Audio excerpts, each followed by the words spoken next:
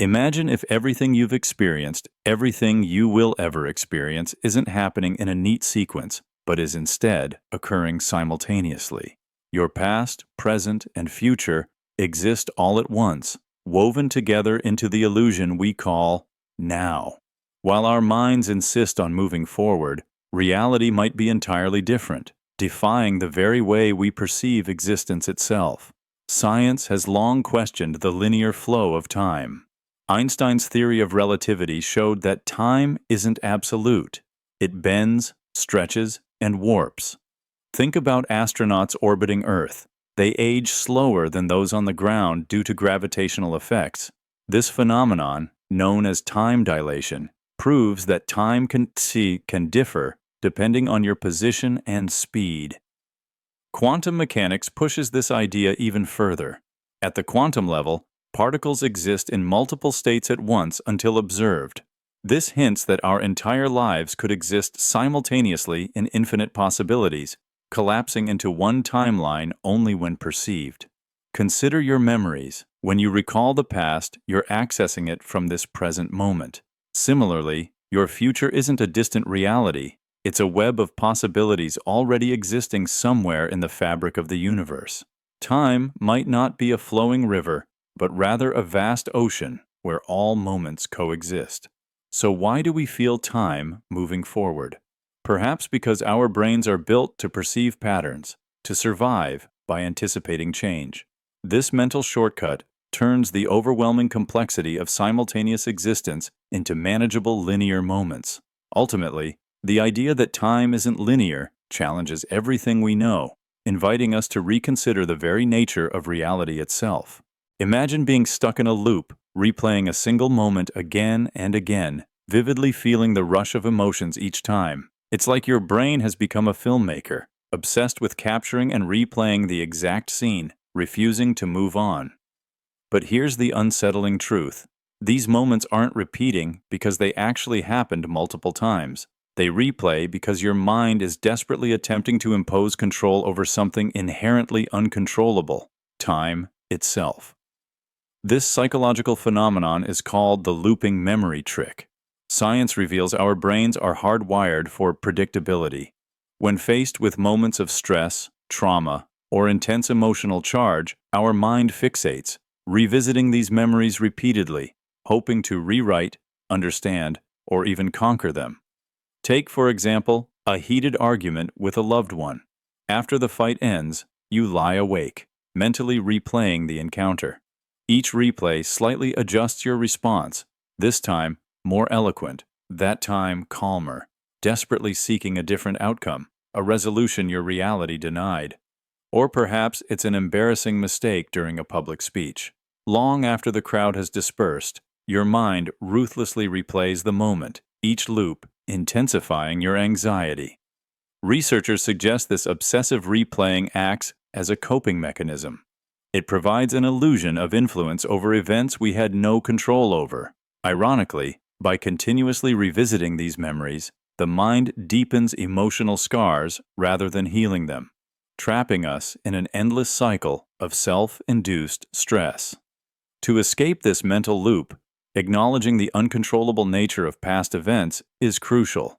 Accepting reality, embracing imperfections, and consciously redirecting thoughts can gradually silence these repetitive echoes. Only then does the looping memory lose its grip, freeing you to live fully, beyond the past, within the ever-unfolding present. Imagine holding an hourglass in your hands, watching as grains of sand slowly trickle down. When you were young, the grains seemed large, each moment distinct and tangible, flowing gently through the narrow waste of glass. Summers stretched endlessly. Afternoons felt infinite, and even a single day held countless possibilities. But as you grew older, something strange began to happen. The sand became finer, smoother, harder to grasp, slipping through your fingers faster and faster. This isn't merely perception. It's a deeply real, psychological phenomenon known as hourglass self-perception. Neuroscientists suggest our brains encode novel experiences vividly, making early life seem expansive and prolonged. Each childhood event, from learning to ride a bike to tasting ice cream for the first time, imprints itself deeply, lengthening our perception of time. But adulthood settles into routine, novelty fades into repetition. Your commute to work, daily meals, even weekend outings merge into familiar patterns. The brain, efficient and adaptive, starts compressing these repetitive experiences, packaging months or years into brief, fleeting memories. As a result, your internal clock speeds up. Decades later, you find yourself startled at how quickly a year passes. It feels as though you've blinked and suddenly another birthday arrives. You ask, "Where has the time gone?" The sand is flowing swiftly now, fine, almost invisible grains racing through the hourglass. But recognizing this process can help slow it down. Introduce novelty into your routine. Savor the present moment. Deliberately break familiar patterns. By embracing fresh experiences and mindfulness, you refill your hourglass with grains that once again flow slowly, each one deeply felt and cherished. Imagine waking up every morning, instinctively checking your phone's calendar. Monday again. Meetings, appointments, deadlines, all neatly slotted into the familiar 7-day loop.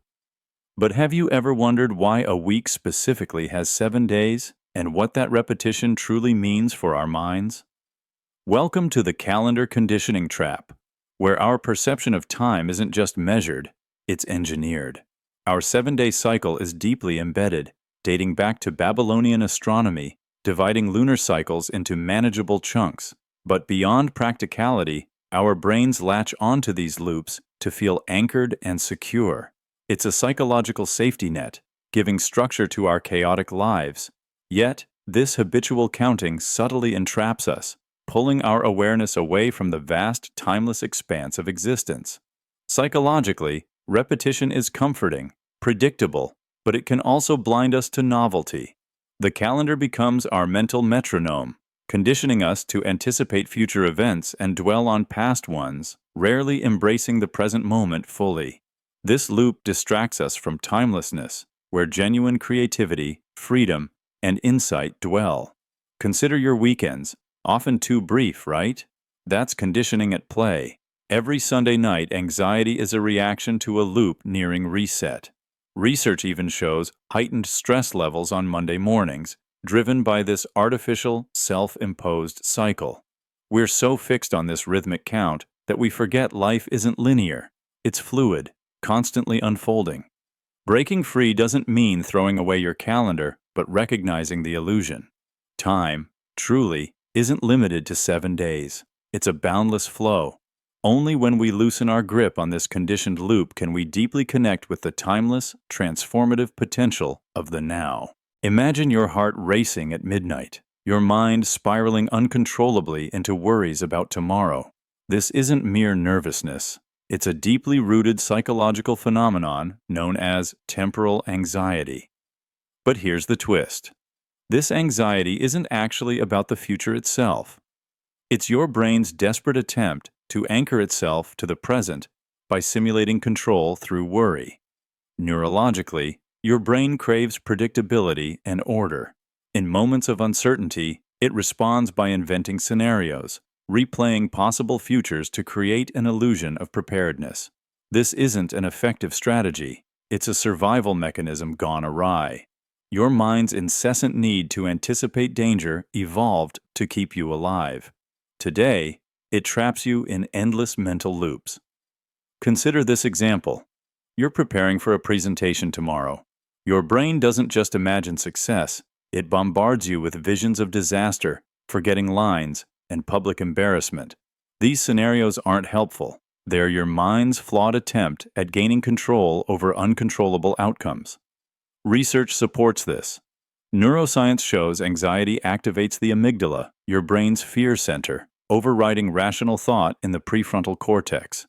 This imbalance intensifies temporal anxiety, pulling you from the present and thrusting you into an imaginary, often grim future. The solution isn't avoiding these feelings, but grounding yourself deliberately in the present. Breathing exercises, mindfulness, or focusing intently on immediate sensations. When your brain anchors firmly to the here and now, it no longer defaults to worry. So, next time your thoughts spiral toward uncertainty, remind yourself, anxiety isn't prophecy, it's your brain's misguided effort at control. The power to interrupt this cycle lies within your conscious awareness of the present moment. Imagine your life isn't a movie playing in smooth motion, but a slideshow. Your brain doesn't actually see everything around you continuously. Instead, it takes snapshots, still frames, just milliseconds apart, and fills in the rest. The illusion of flow, of seamless time passing, is something your mind fabricates. What happens in between those mental snapshots? It might never have existed at all. This is the snapshot illusion theory, and it's grounded in cognitive science. Studies in neuroscience reveal that your brain processes visual input in discrete bursts, roughly 3 per second, not as a continuous stream. In fact, experiments using rapid image presentations show that people often fail to notice huge changes between frames. The brain fills in the blanks based on what it expects, not what it sees. Think about blinking. You blink up to 20,000 times a day, yet you never feel like the world disappears. That's not because your eyes see during a blink, it's because your brain erases the gap and pretends it never happened. It forges continuity where none truly existed. Now imagine walking through a busy market. You glance left, a vendor yells, music plays. You think it's all one fluid memory. But maybe it wasn't. Maybe it was a series of isolated captures, each carefully stitched together by your brain into a believable timeline. The rest? A creative guess. Magicians exploit this. They move during your brain's dead zones, knowing you'll miss the motion. In those gaps, they rewrite the scene, and your mind goes along with it. The truth is unsettling. The world you think you're constantly observing may only exist in flickers, and everything in between, invented, predicted, or simply never real at all. Imagine waking up and realizing an entire year has passed, but you barely remember any of it. Just a blur of routines, tasks, and days that folded into each other like pages in a book left out in the rain. No distinct shape, no story, just gray. But then think back to that one day, a vacation, a spontaneous road trip, or even a sudden breakup. That single moment is etched into your mind with stunning clarity. Why does that happen? Why does time feel like it disappears in routine, yet stretches endlessly in novelty? This is the brain's time compression effect, rooted in the science of episodic memory. When you do the same task every day, wake up, brush your teeth, check emails, sit in traffic, your brain, in an effort to conserve energy, doesn't mark those events as unique. They're categorized as one repeated pattern.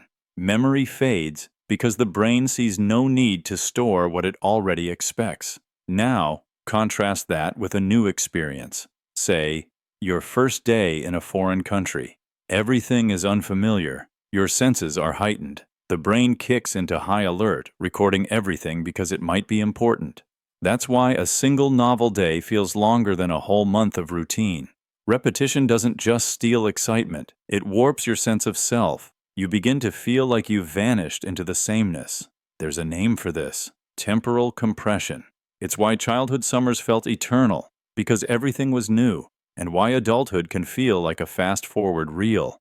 The terrifying part, you might already be in that reel, living days so similar they collapse into seconds in memory. The only way to slow down time again is to interrupt the pattern. Do something unfamiliar, take a different route, start a strange conversation.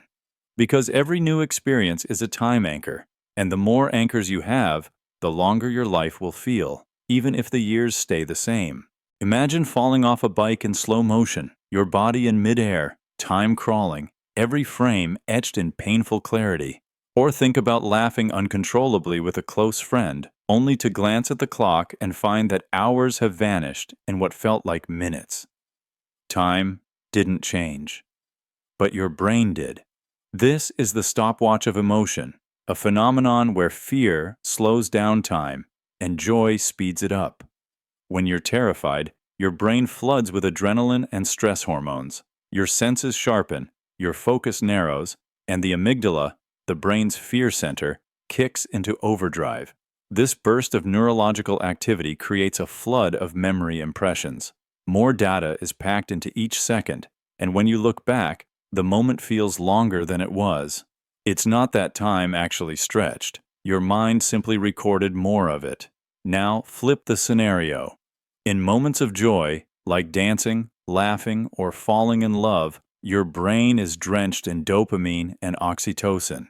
These chemicals flood the reward circuits, relaxing your attention to detail. You absorb the feeling, not the timeline. The moment feels rich emotionally, but brief temporally. Hours pass, but the memory is light, blissful, yet fragmented.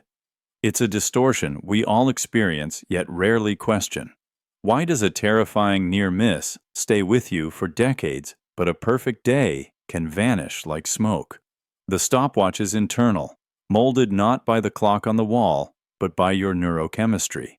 And when you learn to observe this mechanism, it changes how you live. You understand that time isn't slipping away, it's bending around your feelings. Your memories aren't markers of time, they're weights. And how heavy or light they feel, that's the true measure. Imagine you're catching a ball. By the time your brain registers the ball's position, it's already moved. You're reacting to a ghost, an echo of reality that no longer exists.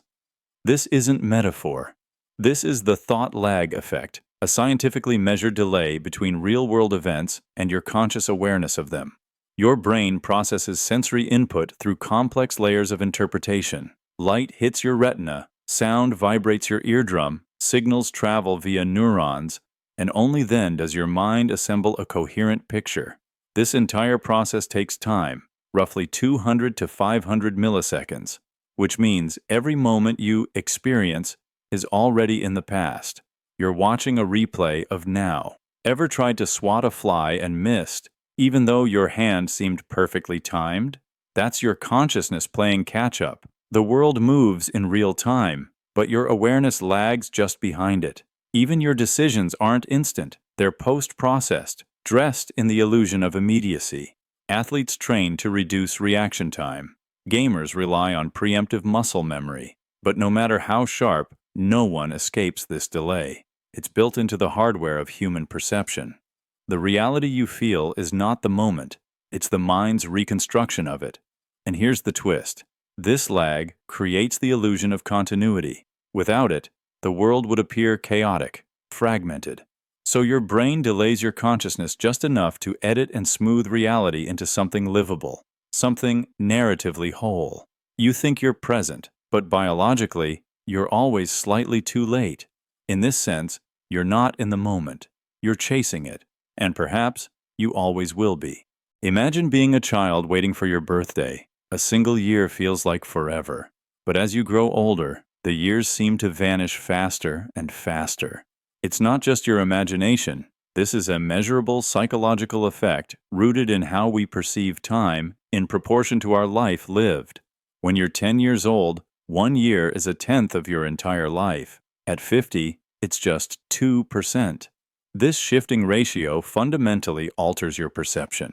It's called proportional time theory, and it explains why childhood summers felt infinite, while adult years blur like months. Your brain encodes time based on newness. When you're young, everything is unfamiliar. Your first snowfall, your first heartbreak, your first taste of independence. These novel experiences create dense neural patterns, making time feel rich and slow. But with age comes routine. The brain becomes more efficient, less stimulated by repetition, compressing memory, and time feels faster. Think of it like a photo album. Childhood pages are packed with vivid images, every moment a story. But adulthood? Fewer pages, fewer milestones, less memory density. Days blend into weeks, and weeks into years. Science supports this.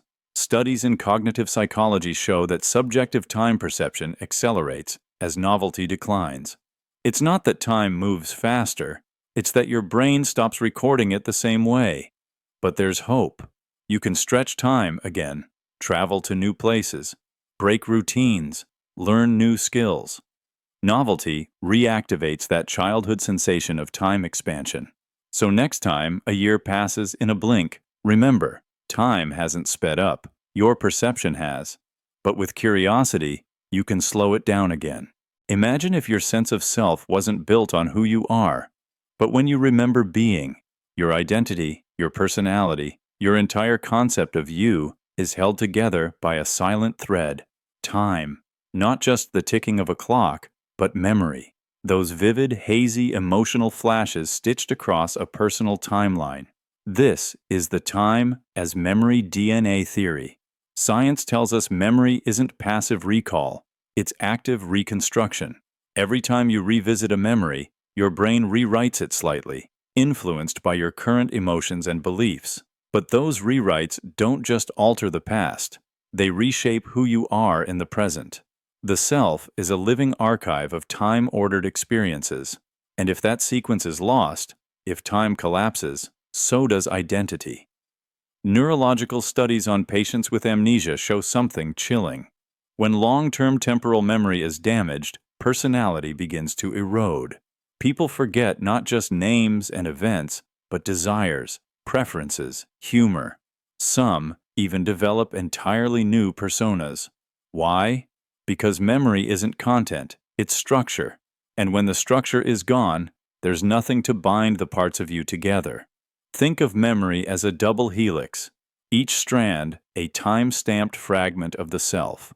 Remove the order, and you're left with scattered impressions, unanchored emotions, thoughts with no context. The illusion of a stable I vanishes. Now imagine waking up without knowing what came before. No sequence, no flow, just isolated images in a fog. That's not just forgetfulness, it's ego death. Because your sense of me exists only if time exists to hold it in place. This isn't just theory, it's truth hiding in plain sight. Time isn't a backdrop, it's the spine of identity, and without it, there is no you, only fragments floating in the void. Imagine walking into a room and knowing somehow what someone is about to say before they speak. Or reaching for your phone a second before it rings, convinced it's just a coincidence. But deep down, you wonder, how did I know? This eerie sensation isn't magic. It's the predictive time glitch, where your brain, constantly forecasting what comes next, leaks a guess into your conscious awareness, and it just so happens to be right.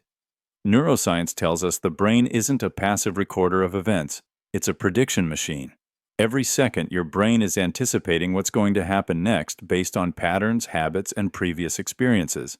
It doesn't wait to receive reality. It races ahead, builds a simulation, and then compares it to what actually occurs. Most of the time, this prediction system runs in the background, but occasionally, a guess is so accurate, it surfaces just before the event does. You feel it as déjà vu, intuition, or even a premonition. And because it aligns so precisely, it feels like a glitch in time, like you glimpsed the future. But what you really experienced was a perfect prediction. Consider driving. You anticipate someone merging without signaling. There's no logical reason, just a feeling. Then it happens. That's your prediction engine reading subtle cues faster than you can explain. Or in a conversation, you finish someone's sentence, not because you're psychic, but because your brain predicted it from context and tone. The glitch happens when prediction becomes perception. Your brain mistakes its own expectation for real input, and when reality matches, the illusion of precognition is born. This doesn't mean you're seeing the future. It means your brain is operating so efficiently that it sometimes feels like it can.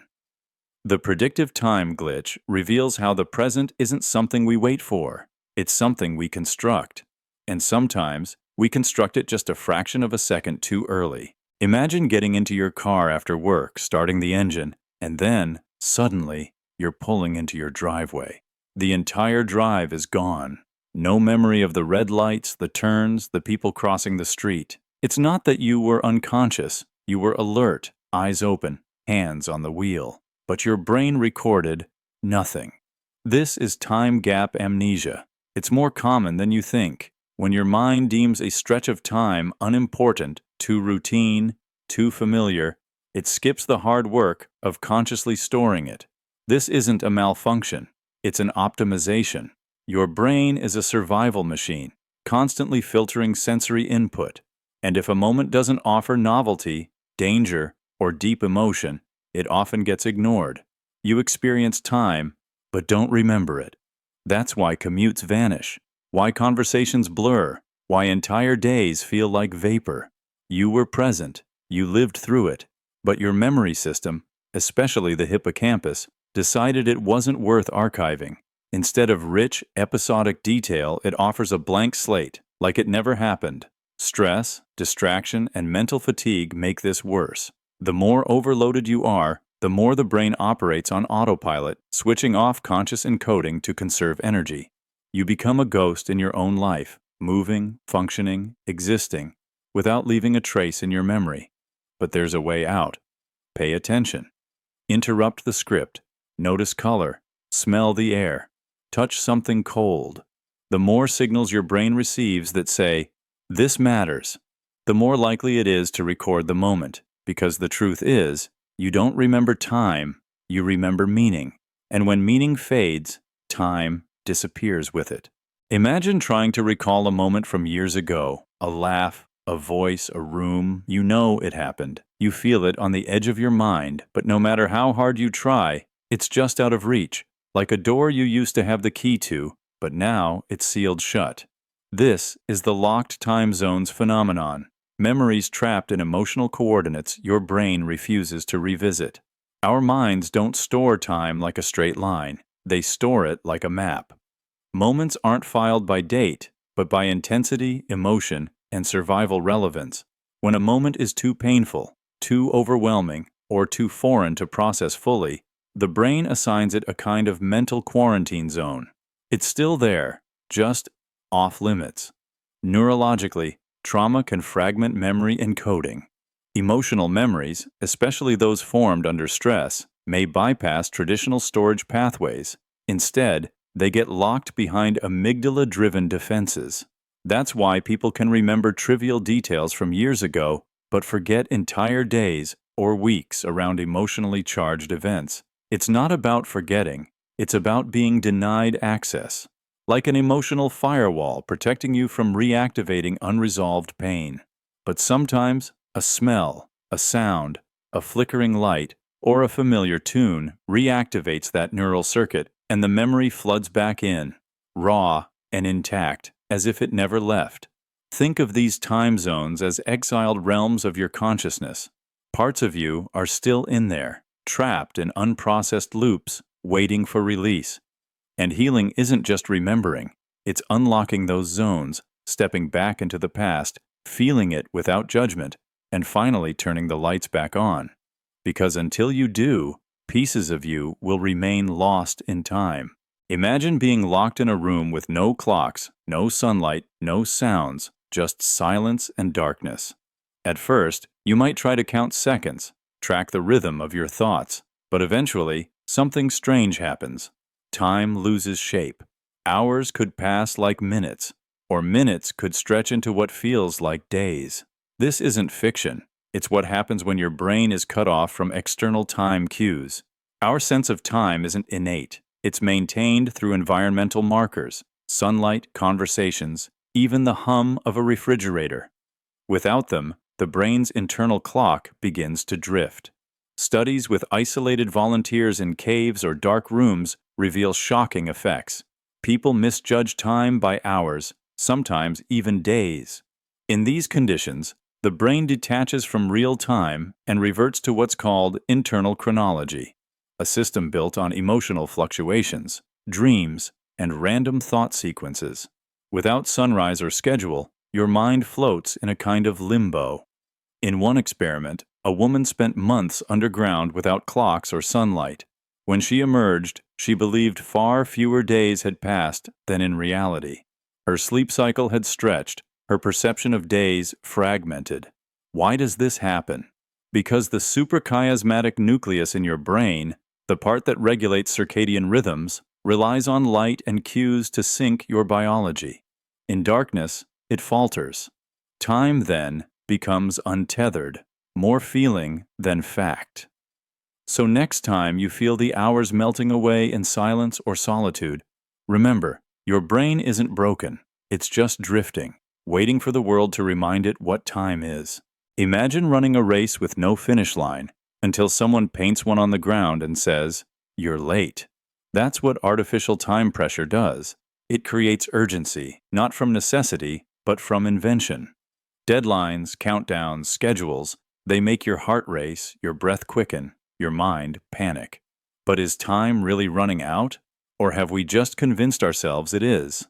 The truth is, most of your stress doesn't come from time itself. It comes from the illusion of it. Clocks are tools, but your brain treats them like threats.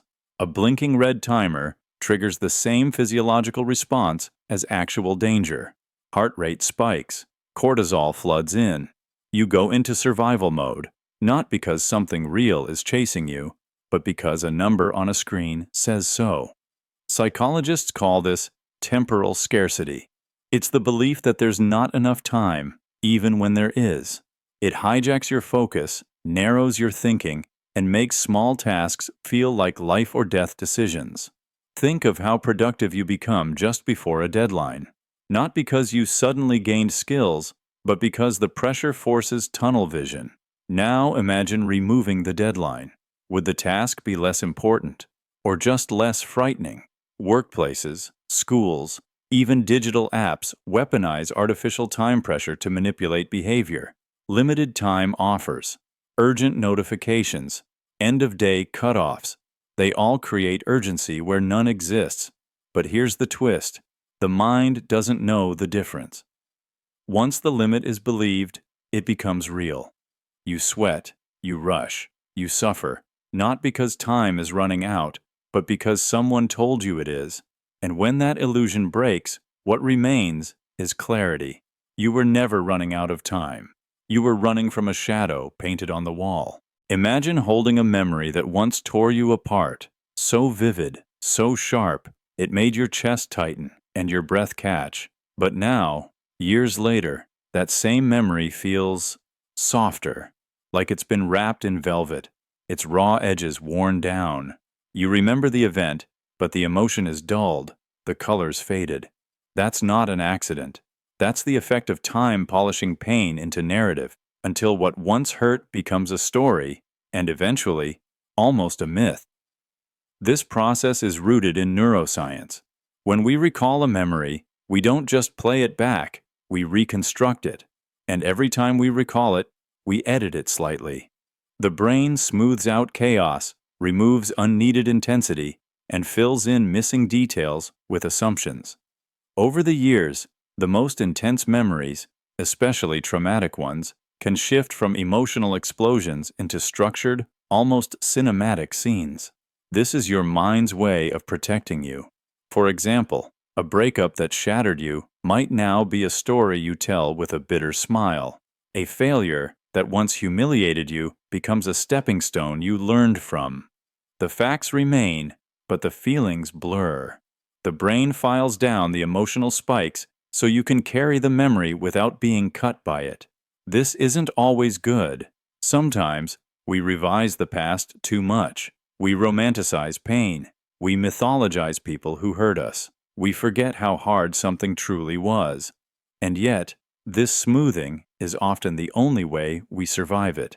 Time is the editor of the mind. It doesn't erase, but it reshapes. Like water rounding the corners of a jagged stone, time turns pain into narrative, and narrative into identity. We think we remember the truth, but more often, we remember the version we could live with, and that version becomes the myth we carry forward. Imagine biting into your favorite dessert for the first time, the shock of flavor, the surprise of texture, the rush of joy. Every detail feels electric, but eat it again and again. Soon, the taste dulls, the edges blur, the novelty fades. What once felt unforgettable becomes routine. This is the diminishing return of memory. The brain prioritizes firsts, first kiss, first heartbreak, first failure, because novelty demands attention. New experiences flood the hippocampus and amygdala with neurotransmitters like dopamine and norepinephrine, tagging the memory as important. It burns itself into your mind with color, shape, and emotion. But with repetition, the brain conserves energy. It stops recording each instance in high detail. Your 10th sunset walk, your 100th morning coffee, they blur into a composite memory. The uniqueness evaporates, leaving a skeletal echo, the outline without the life. This isn't dysfunction, it's efficiency. Your brain treats repeated experiences like background noise, still happening, but no longer worth detailed documentation. That's why entire years feel shorter as we age, not because time speeds up, but because fewer moments stand out. The days are there, but faded, like old photographs left in the sun. Even joyful routines, playing a game you love, hearing your child laugh, can lose sharpness when repeated. Not because they're less meaningful, but because the brain stops tagging them as new. So how do you keep the color? Break patterns. Add variation. Flip the script. The more surprise you introduce, the more alive the memory stays. Because repetition strips memory of its vibrancy, but intention can bring it roaring back to life. Imagine looking in the mirror and feeling like someone else is staring back. Not a stranger, but a version of you that existed years ago. The haircut, the posture, even the emotions you sense in that reflection, they don't match who you think you are now. This isn't just nostalgia, this is the mirror time reflection. The phenomenon where your brain reactivates a past self, stored like a frozen version of you, waiting to be revived. Our brains are not linear archives, they're layered. Every significant emotional phase, every identity shift, gets coded and stored as a you in time. Think of them as memory mirrors. When you enter a similar emotional state or revisit a familiar place, your brain doesn't just recall that time, it boots up that version of you. It's not imagination, it's embodiment, a neurological déjà vu of identity. That's why visiting your childhood home feels strange. You're not just remembering, you're momentarily becoming the version of you who lived there. Even the way you walk, talk, or think can revert. This mirror state can resurface involuntarily, especially during stress, grief, joy, or transition, when the brain searches for a template to respond with. Neurologically, these are emotional memory clusters encoded with sensory cues and behavioral echoes. They sit dormant until triggered by something subtle, a song, a smell, an old shirt. But here's the paradox. You think you've changed, grown, evolved. Yet sometimes, you haven't truly moved forward. You've just switched mirrors. And unless we consciously update the self-image we activate, we remain haunted by outdated reflections, walking echoes of who we used to be, still living inside the mirrors of our mind. The past doesn't just linger, it performs. Imagine sitting through an entire conversation, nodding, even replying, and yet hours later, you remember none of it, not a word. It's not forgetfulness, it's something deeper. These aren't lost memories, they were never truly formed. Your brain, in that moment, decided the information wasn't worth saving. This is the phenomenon of silent time gaps, intervals of experience your mind filters out in real time. It's a mechanism of cognitive efficiency. The brain is constantly bombarded with sensory data, far more than it can process or store, so it prioritizes. It highlights emotional peaks, threats, novelty, and discards the rest. You've likely zoned out during a lecture or while scrolling endlessly on your phone. Minutes vanish. The timeline continues, but your awareness doesn't. In such moments, your brain enters an attention blackout, a disengaged state where perception runs on autopilot. Neuroscience backs this. The hippocampus, essential for memory formation, needs strong sensory and emotional input to encode experience.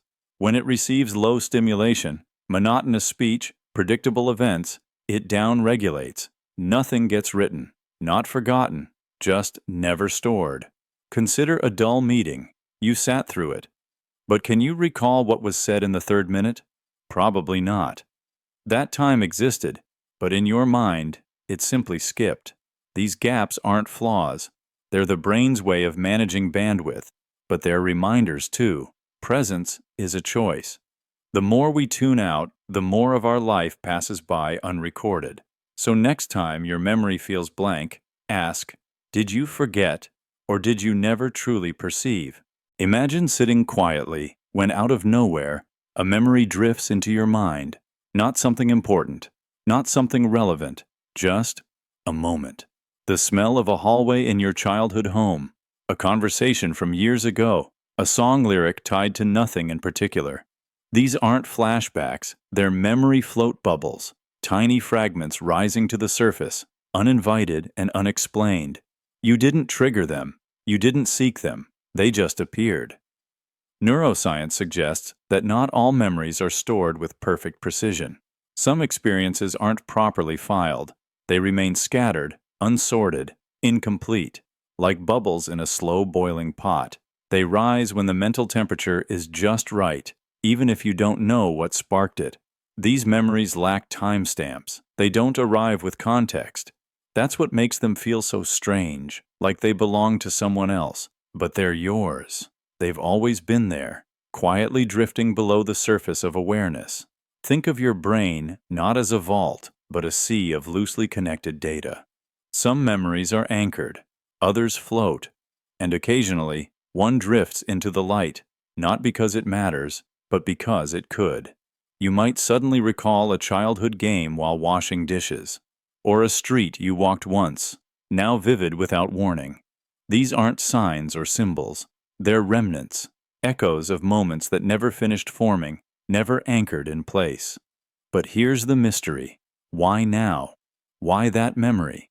The truth is, your mind is constantly rearranging, scanning, sifting. And when the right emotional, sensory, or even neural wave hits, a bubble pops. And just like that, the forgotten becomes present, if only for a moment, before drifting back into the depths. Imagine flipping through the pages of your life and suddenly finding a blank one. No memory, no feeling, just absence. You're certain something happened. There should have been a conversation, a moment, a decision, but it's gone. Like someone cut out a piece of your timeline and stitched the edges together, hoping you wouldn't notice. This is the missing time puzzle. Not just forgetfulness, but a deliberate silence your brain installs over moments too chaotic, too meaningless, or too overwhelming to process. Neuroscience suggests memory isn't a perfect archive. It's more like a reconstruction, files stored and updated every time we remember. But sometimes, when the input is corrupted, trauma, stress, fatigue, the brain skips recording altogether. It leaves a placeholder where a memory should be. And we move on, convinced we know what happened because we have to.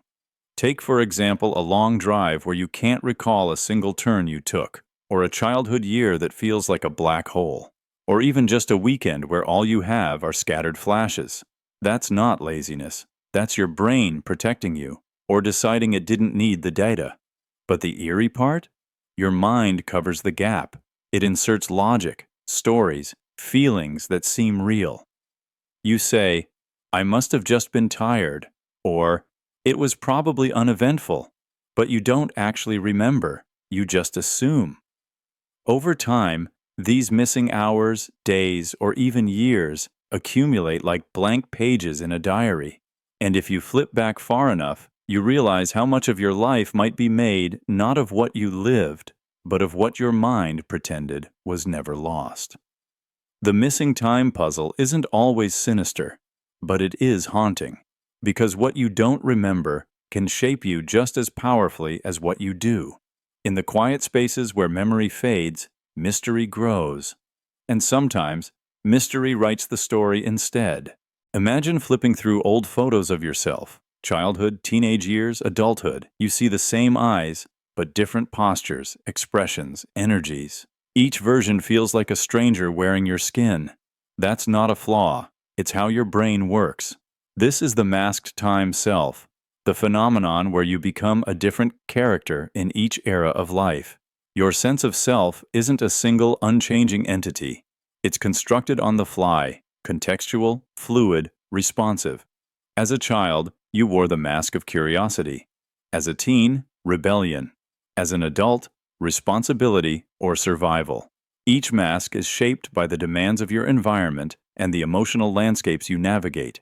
You adapt, unconsciously, and each version becomes a chapter in a larger identity that is never complete. Neuroscience supports this. The brain's default mode network, which helps define your sense of self, changes its patterns over time. The memories you access, the emotions you lean into, even your sense of morality shift depending on the roles you're forced to play. The self is not a solid sculpture. It's a stage actor, changing wardrobe between acts, often without your awareness. That's why revisiting an old place or hearing a childhood song can feel jarring. It's like a ghost of a former self wakes up inside you. You remember how that mask felt, how you spoke, what mattered to you, what you feared.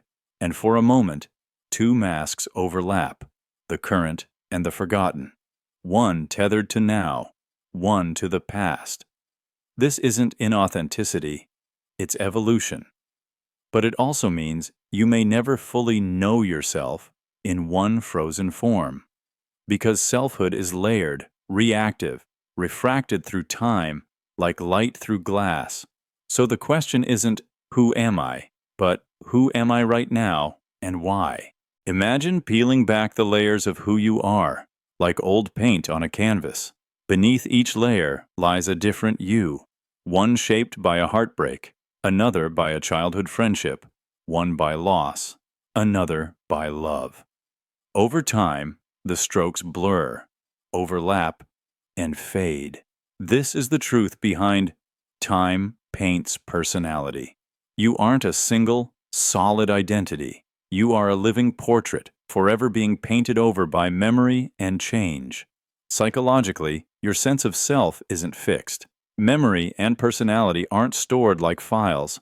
They're more like evolving brushstrokes. The human brain constantly rewrites autobiographical memory.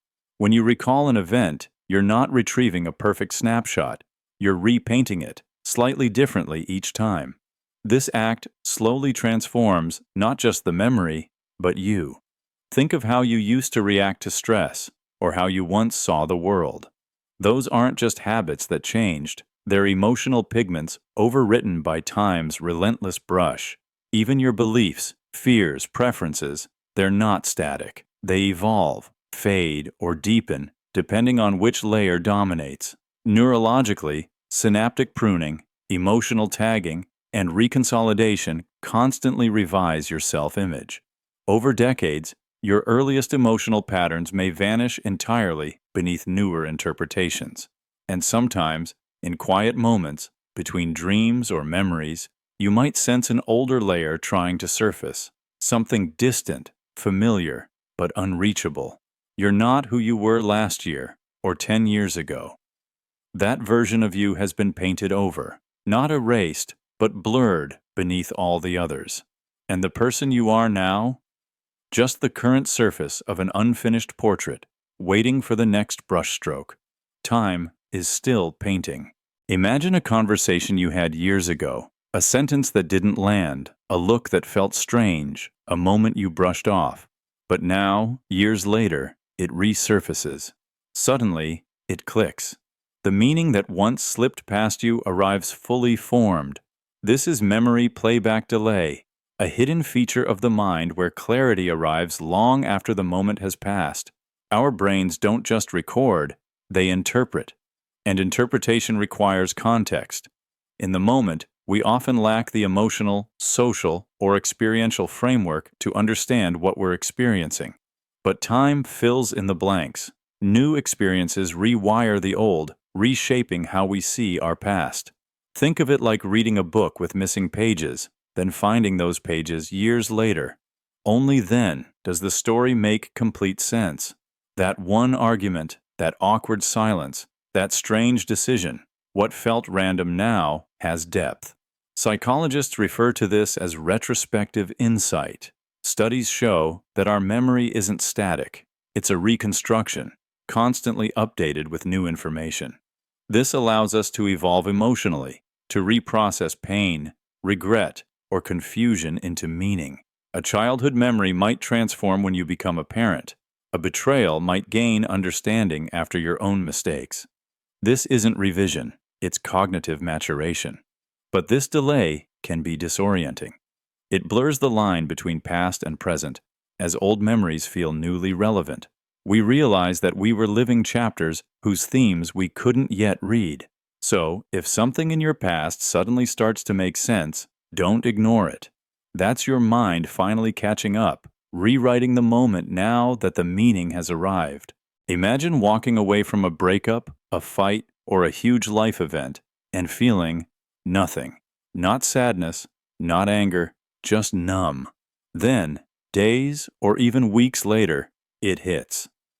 A wave of emotion so strong, it knocks the breath from your lungs. This isn't repression, it's post-dated emotion delivery, your brain's way of protecting you by delaying the emotional bill until you're stable enough to pay it. Emotions aren't always immediate. Neuroscience shows that our brain processes complex events in layers. Sometimes the facts arrive first. What happened, what was said. But the feelings tied to it, they're stored, paused, withheld until the system is ready. It's not failure. It's a built-in delay, a form of emotional triage. Think of your brain like a mailroom during a storm. When chaos hits, it filters what gets delivered. Urgent signals, like fear or action, are prioritized. But deeper emotional messages, they get filed into temporary holding. Days later, even during silence, your mind delivers one quietly to your doorstep. Grief, guilt, rage, heartbreak. You ask, why now? But the better question is, why not then? Trauma survivors often describe laughing at funerals or going blank in moments of horror. That isn't emotional dysfunction. It's shielding. Your brain's emergency system overrides reflection. It says, survive now, feel later. Ever cried after a good day for no reason? Or suddenly missed someone you hadn't thought of in months? That's the mailroom delivering what it delayed. These aren't irrational episodes. They're messages arriving exactly when your mind believes you can finally understand them. So when the emotion finally shows up, don't reject it. It's not too late. It's on time. For the version of you that can finally carry it. Imagine moving forward in life, changing jobs, cities, relationships. But no matter how far you go, there's one memory, one moment that keeps pulling you back. A conversation, a choice, a crossroads. It's not nostalgia, it's gravity. These are attractor moments, points in time so emotionally dense, they warp the path of your identity, pulling you into their orbit again and again. Unlike ordinary memories, attractor moments don't fade. They persist, circling your thoughts, shaping your decisions. Neuroscience shows that emotionally charged memories are stored with more neural detail. They act like beacons in your mental landscape, anchoring your sense of self. The stronger the emotional charge, the deeper the imprint. Think of a moment when everything changed. The second you quit, the night they left, the instant you knew who you were, or who you'd never be again. These aren't just memories, they're psychological landmarks. You visit them in quiet moments, not out of longing, but because they help you measure who you've become. Your brain treats these moments like fixed stars in a constellation.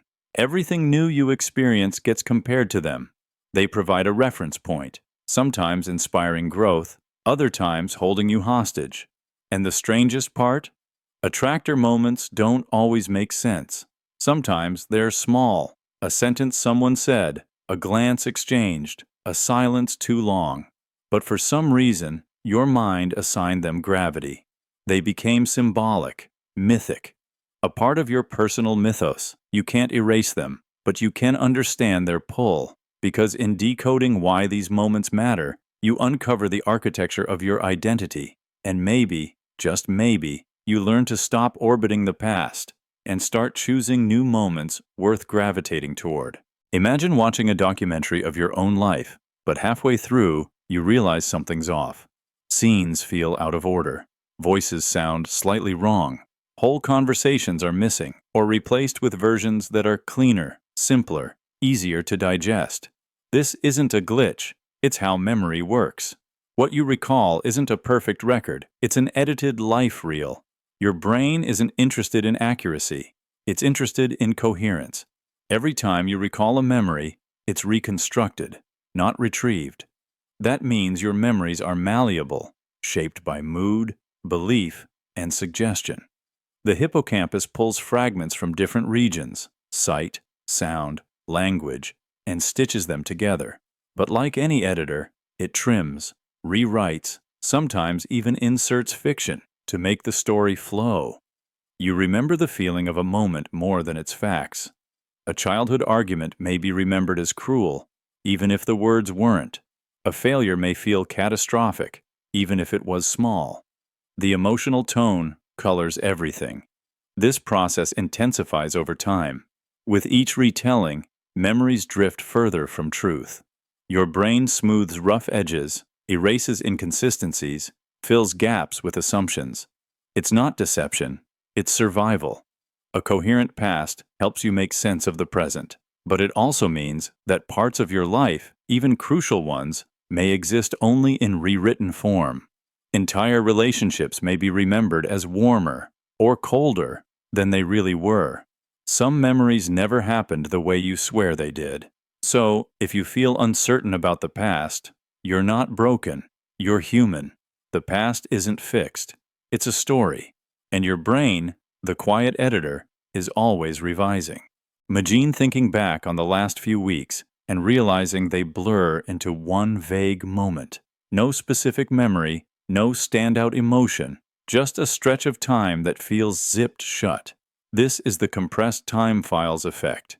Your brain, when faced with routine and repetition, doesn't store memories with color and clarity. It compresses them, just like a computer zips files to save space, removing details that seem unnecessary. Neurologically, memory thrives on novelty and emotion. When days are repetitive, same commute, same screens, same conversations, the brain doesn't bother marking each one as distinct. Instead, it strips the emotional metadata and condenses the days into a mental archive folder labeled Nothing New.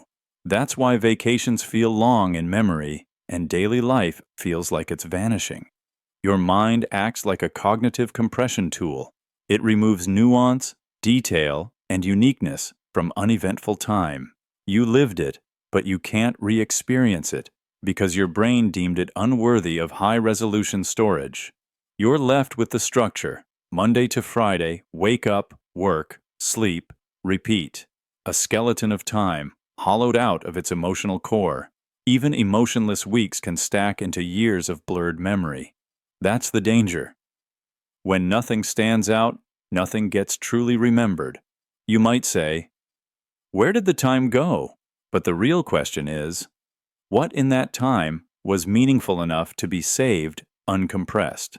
To stretch time, you must break routine, inject novelty, interrupt the pattern, go somewhere new, talk to someone unexpected, try something strange. Because in the end, time isn't just passing, it's being archived. And your future self will only remember the moments your brain decided were worth keeping out of the zip file. Imagine standing on the edge of a cliff, heart pounding, breath quickening. Every second stretches, each moment feels sharp, urgent, vivid. Now picture sitting in silence, your heartbeat steady, your breath slow. Time softens, expands.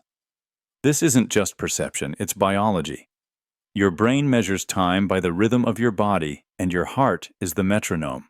This phenomenon is called temporal heart sync, the connection between your heartbeat and how you experience the passage of time. When your heart races, time seems to stretch. When your heart slows, time compresses. It's your brain syncing its internal clock with your physiological state. In high adrenaline moments, like a car braking suddenly or a fall, your amygdala floods with stress hormones, sharpening awareness. Your brain records more detail, creating the illusion that time has slowed. Seconds scream because your mind is sprinting. Conversely, in states of calm, the parasympathetic nervous system takes over. Your heartbeat steadies. Your brain doesn't feel the need to overprocess each moment, so time glides gently forward. Experiments show that people with elevated heart rates often overestimate time durations. Those in meditative states underestimate them. The heartbeat is not just a measure of life, it's a hidden timekeeper. You can control this. By calming your breath, you calm your heart. And by calming your heart, you alter time itself. So the next time you feel time racing, don't chase it. Slow your heart, and you'll slow the world with it. Imagine closing your eyes for just a few minutes and living an entire lifetime inside your dream. You wake up, shocked, because the clock says 5 minutes passed. But in that dream, you fell in love, ran from danger, visited entire cities. This is dream time inflation. It's not magic. It's how your brain decouples time from reality and ties it to meaning instead. In waking life, time is linear, tick by tick. But dreams operate differently. Neuroscience suggests your brain compresses or expands time based on narrative intensity. If something emotionally significant is happening, your subconscious stretches it out, meaning, not minutes, dictates the pace. Studies using lucid dreamers have shown that time in dreams flows inconsistently. When asked to count or perform timed actions while dreaming, subjects often experienced either rapid or distorted durations compared to waking time. A task that should take 10 seconds might feel like several minutes, or pass in an instant. Dreams are built from fragments. They don't follow logic or sequence. You're talking to someone who passed away. Then you're flying. Then you're back in a childhood bedroom. Time doesn't control the story. Your story controls time.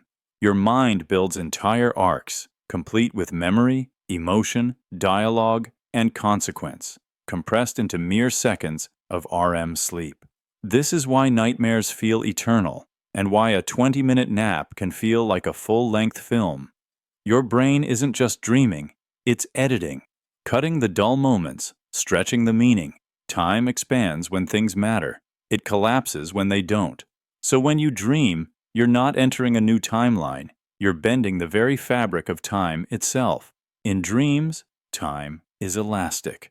5 minutes can contain a lifetime, because in the dream world, time doesn't measure events. It obeys emotion. Imagine telling a story from your past and realizing halfway through that the order's all wrong. You said the ending before the beginning. You forgot what came first, but it still feels true. That's not a flaw in your memory. It's how your brain actually works. This is the out-of-order recall effect. Because your brain doesn't store time, it stores emotion. And when it tries to rebuild the timeline, it guesses. Unlike a video camera, your brain doesn't record experiences in sequence. It stores fragments, images, feelings, smells, sounds, scattered across your neural networks. And when you try to remember, it reassembles those fragments into what feels like a story. But the pieces don't always go back in the right order. Take a breakup, for example. You might remember the final argument before the first signs of distance. Or in childhood, you recall the fear of a hospital visit before the injury that caused it. It's not time that leads the memory. It's intensity. Your brain pulls up what hit hardest first. Studies in neuroscience show that emotional salience acts like a spotlight. The brighter the emotion, the stronger the memory. But sequence? That's secondary. You might swear something happened before something else, but that's just your brain reconstructing a narrative based on what felt important, not what came first. This isn't just a curiosity. It shapes how we understand our own past. If we remember events in the wrong order, we might misunderstand cause and effect. We assign blame where it doesn't belong. We forgive too early, or we punish too late. Out-of-order recall reveals a haunting truth. The story you remember may not be the story that happened. It's the one that made the most emotional sense. Memory is not a timeline. It's a mosaic, reassembled every time you look at it, and every retelling redraws the path you think you walked. Imagine walking through your day, everything normal, until suddenly, an old, buried emotion crashes in. Not just a thought, but a wave. A forgotten argument, a childhood embarrassment, a heartbreak from years ago. It doesn't feel distant. It feels now. This is time mirrors past pain, a phenomenon where emotion loops not linearly, but in spirals. Your brain doesn't store pain as clean timestamps. It stores it as sensory patterns, neural imprints woven through your body and mind. A sound, a smell, a glance, anything can trigger the loop. The original memory doesn't have to surface for the pain to return. It arrives raw, unfiltered, replayed like a reflex. Neuroscience shows that the amygdala, your brain's emotional alarm system, doesn't differentiate well between past and present. If it senses a familiar signal, it reactivates the same emotional state, even if the context is gone. That's why an innocent phrase can feel like an attack, or a casual silence can echo abandonment. You're not reliving a memory. You're feeling its shadow, timeless, sharp, unfinished. You feel like you're overreacting, but what's really happening is that your past pain is mirroring itself through time. The moment now bends backward, catching a reflection of something unresolved, a loop not closed, a wound not integrated. And because your mind favors survival, it repeats what it hasn't resolved. Spirals form, each loop a little different, but rooted in the same emotional seed, until you finally stop, name it, and give it form. That's the escape. Not forgetting, but confronting. You don't break the loop by avoiding it. You break it by stepping into the spiral and walking all the way through. Imagine waking up after loss and feeling like time has shattered. A single second can stretch endlessly, filled with unbearable weight, while whole days slip by unnoticed, as if erased. This is not just emotional, it's neurological. Grief fractures time. It bends the mind's metronome, distorting the rhythm you once relied on to understand life's passing. Inside the grieving brain, the prefrontal cortex, responsible for sequencing time, loses stability. The amygdala, flooded with emotion, hijacks your internal clock. The result? Time stops obeying logic. One moment you're suspended in a slow-motion nightmare, the next you blink and a week is gone. Some people describe it as floating, others as drowning. Both are right. Because grief warps time, like heat warps metal. That's why grief feels like disorientation. You forget what day it is, you lose track of conversations, meals, even your own reflection. It's not weakness. It's your mind trying to shield you from the unbearable, distorting time, so that you don't have to feel everything all at once. It breaks time into manageable fragments because the full weight of continuity would crush you. Trauma collapses the linear timeline. Past, present, and future blend into a fog. A song, a scent, or a memory can send you hurtling backward, back to the moment of impact. That's not nostalgia. That's a neural flashback, reactivating a time fragment your brain never integrated. These fragments float outside time, resurfacing uninvited, raw, and real. Healing doesn't mean time returns to normal. It means learning to live in a new rhythm, one that grief has reshaped. You can't unbend time, but you can move with it. And slowly, the seconds find new shape, the days return in pieces, and the metronome, though never quite the same, begins to tick again, softer but still steady. Imagine racing through a packed day. Meetings, deadlines, constant notifications. You collapse into bed and suddenly realize the day felt like it vanished. Odd, right? You did more, but it felt like less time. That's not a glitch. It's a phenomenon called packed time syndrome. Here's the paradox. The more you do, the shorter your day feels. It's not about physical time. It's how your brain encodes experience. During high activity, your mind enters a compression mode. Instead of recording each task in detail, it stores the day as one dense mental file. Fast action becomes a blur, and when you look back, your brain struggles to unfold it. Think of it like watching a movie on fast forward. You know the scenes happened, but you didn't absorb them fully. Your brain does the same. It prioritizes efficiency over detail, collapsing moments into mental shorthand. Studies in cognitive psychology show that busy people routinely underestimate how much time passed during high-effort tasks. It's not that time sped up, it's that the brain didn't make enough bookmarks to measure it properly. In contrast, slower, more mindful days feel longer. That's because your brain has time to process, reflect, and record moments with richer depth. More bookmarks, more memory, more perceived time. So if life feels like it's accelerating, ask yourself, are you truly living it or just speeding through a compressed version? Time won't slow down for you, but you can slow down for it and expand it by choosing presence over pace. Imagine time suddenly slowing down, not in a dream, but in real life. You're in a car crash, a fall, a fight. Everything feels like it's moving through syrup. You see tiny details, the glint of light on glass, the slow arc of someone's hand. This isn't an illusion. It's microscope time focus. Your brain's survival mode kicking in, raising your perception's frame rate so you can capture everything. In life-threatening moments, the brain floods your system with adrenaline and stress hormones.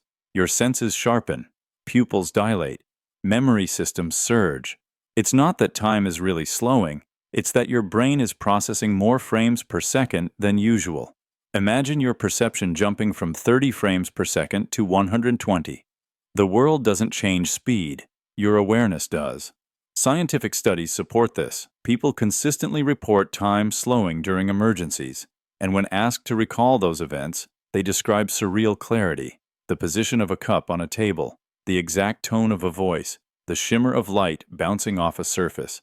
This hyperfocus happens because your brain goes into archival mode, saving data not just for survival, but for post-survival reflection. It's a biological gamble. Your brain says, you may not get another shot. Capture everything now. So it does. And in doing so, it stretches your perception of time, inflating a few seconds into what feels like full minutes. That's why a fall that took 2 seconds feels like a movie scene played in slow motion. Microscope time.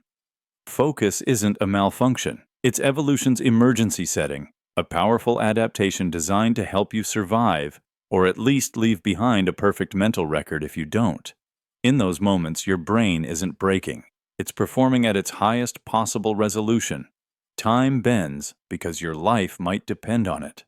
Imagine sitting in a room where nothing moves, no sound, no scent, no change in light. Minutes pass, or is it hours? You check the clock, shocked by how much or how little time has passed. This is the float time theory. In calm, stimulus-free environments, time doesn't just slow, it dissolves. You stop sensing its passage because your brain has nothing to measure it against. Our perception of time is built from change. The ticking of a clock, the shifting of shadows, the rise and fall of noise. But when those sensory markers vanish, when you're floating in silence, stillness, or peace, the brain loses its grip. Time starts to feel like water, without shape, without edges. Sensory deprivation tanks, for example, are known to induce this effect. In a soundproof pod with no light, no movement, and no tactile input, many people report feeling as though time collapsed. Some think they were in for minutes when it's been an hour. Others emerge feeling like they've lived a dream, outside time altogether. Even natural calm can do this. Sitting by a still lake, lying in bed in total darkness, meditating with your eyes closed. Without stimulation, the brain loses its ability to form distinct timestamps. Moments blur. Sequence vanishes. Neuroscientists explain this using the idea of temporal binding. Your brain uses events to create boundaries between moments. Remove the events, and time floats. It doesn't stop. It just becomes invisible. This isn't just a trick. It's a key to mental stillness. When time disappears, so does urgency. So does anxiety. You enter what psychologists call a state of presence, a mental float, where time is no longer a pressure, but a pool. The float time theory reminds us that time isn't always a ticking clock. Sometimes it's a quiet breath stretched across infinity. Imagine flipping through the pages of your life, only to find whole chapters scorched, their words blurred, their order scrambled. You remember the heat of the moment, the fear, the sound, but not the sequence, not the before, not the after. This is burned time memory, where trauma erases the timeline, burning away the edges until all that remains is sensation without context. Your brain, when overwhelmed by intense trauma, prioritizes survival over chronology. The amygdala screams, the hippocampus stalls. Instead of neatly packaging the moment into a narrative, your brain floods with stress chemicals that fragment the memory. What should be a linear story becomes a pile of jagged snapshots, unlabeled, unordered, raw, and often hard to trust. That's why survivors often say, "I don't know when it started," or "It's all a blur." They're not lying. Their minds genuinely didn't encode time the usual way. The brain recorded threat, not time, emotion, not clarity, and in trying to protect you, it made the memory feel like a shattered mirror, reflecting only pieces of what happened. Later, you might remember the scream, the door, the silence, but not which came first. Your timeline becomes a puzzle with missing pieces. And worse, pieces that don't seem to fit together at all. It's disorienting. It's maddening. But it's not your fault. Understanding this helps reframe the confusion. Your memory wasn't broken. It was burned. But healing can begin when you stop chasing perfect order and start validating what remains. You may never rebuild the full sequence, but piece by piece, you can honor the fragments, and from them, reclaim your story. Imagine walking into a room you've never been in before, yet somehow it feels familiar. You pause, convinced you've seen it before. The layout, the light, even the angle of the window. This isn't déjà vu. This is the stored future memories phenomenon, when your brain confuses imagined futures with actual memories, convincing you that you've already lived what's only just beginning. Your mind constantly simulates upcoming events. It visualizes possibilities, rehearses outcomes, and projects yourself into future scenarios to prepare. These mental simulations are vivid, rich in sensory and emotional details, and when rehearsed enough, they become embedded in memory systems that feel identical to real experience. Neurologically, the brain uses the same regions, the hippocampus and prefrontal cortex, for remembering the past and imagining the future. So when you deeply visualize a future conversation or moment, your mind might store it as a lived event. Later, when the actual moment happens, you feel as if you're remembering it, not because you've been there, but because your brain cached a simulation. This is why some people swear they knew a moment before it arrived, not through mysticism, but through internal rehearsal.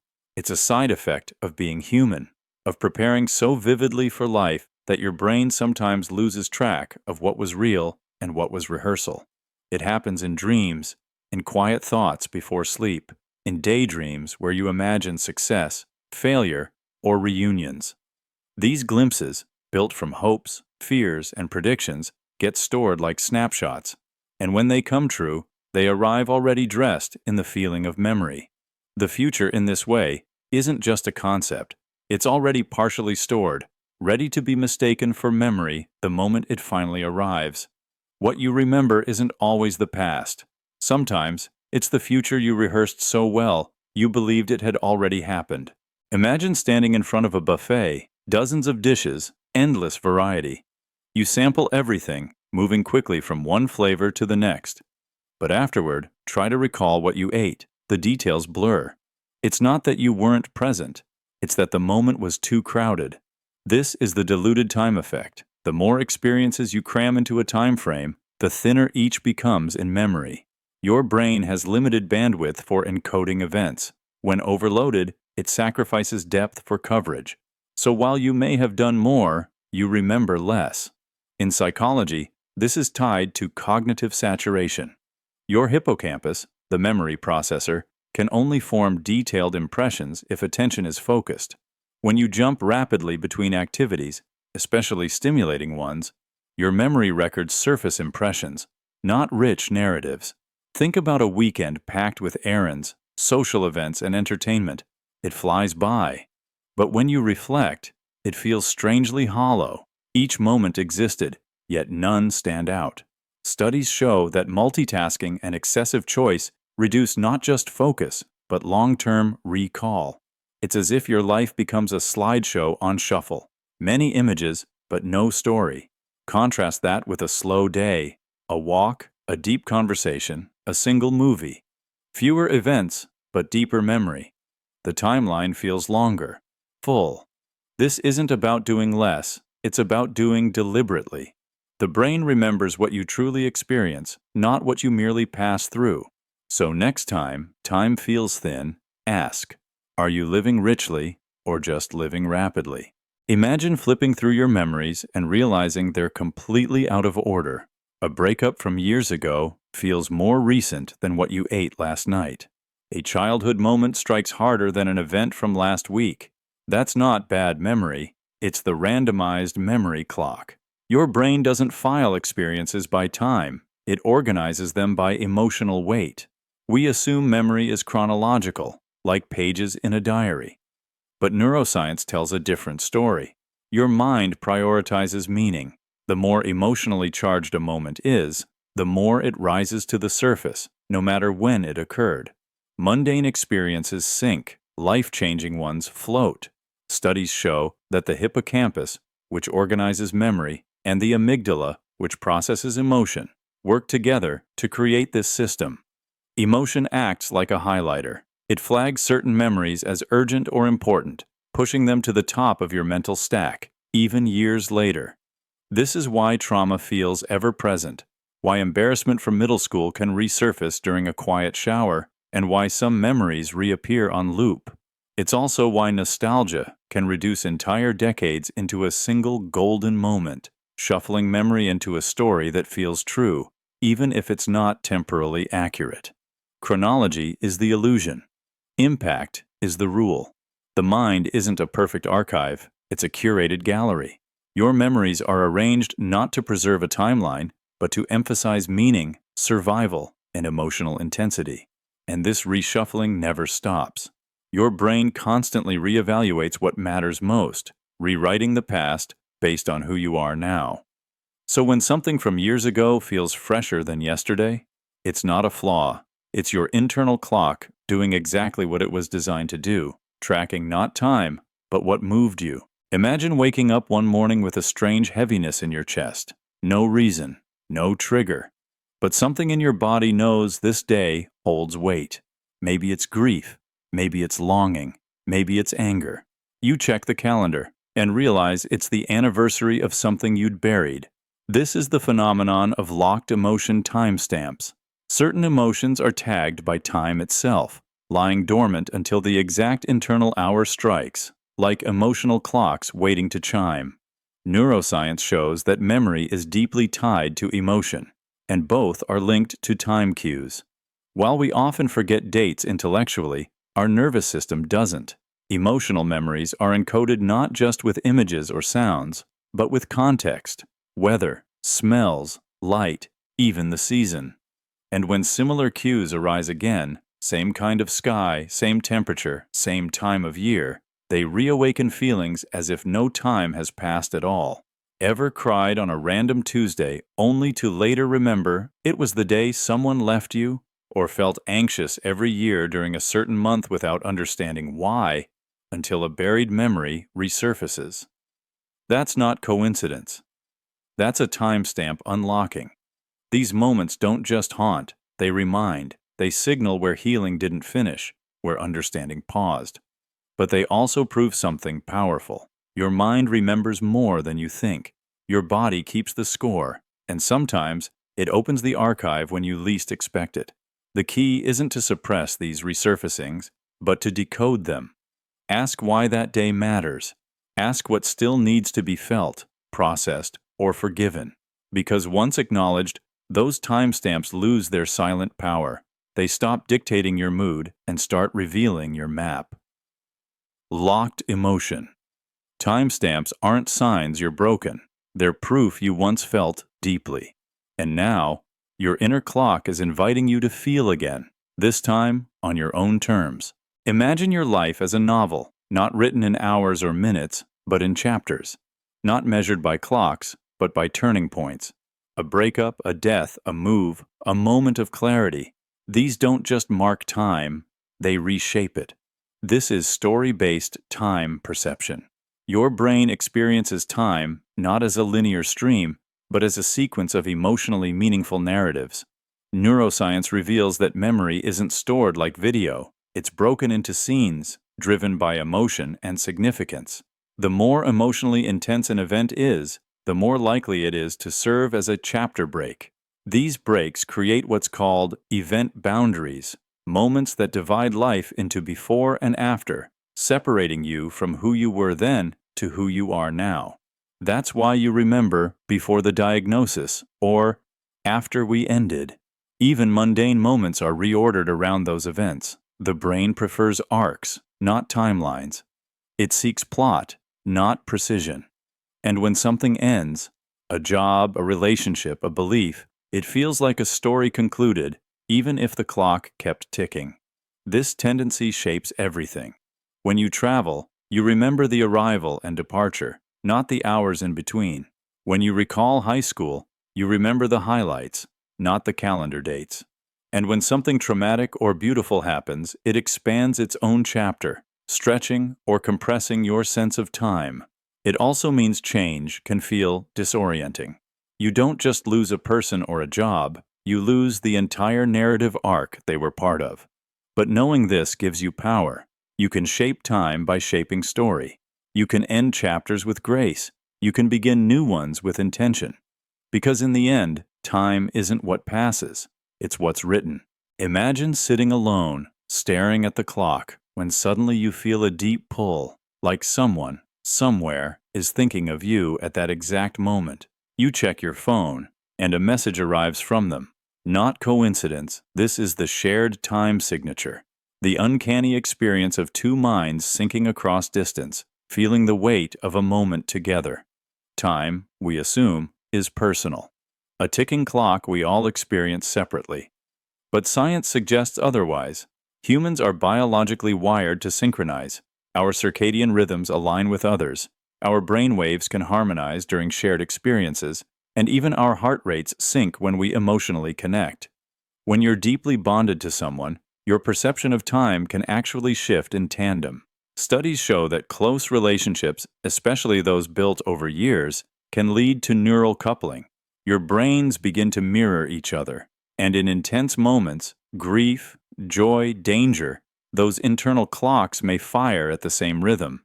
It's not magic, it's resonance. Across vast distances, bonded minds remain tethered by invisible threads of time.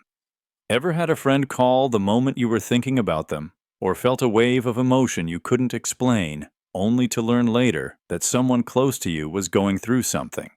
These aren't just anomalies, they're echoes in a shared psychological clock, moments where minds unknowingly meet in temporal sync.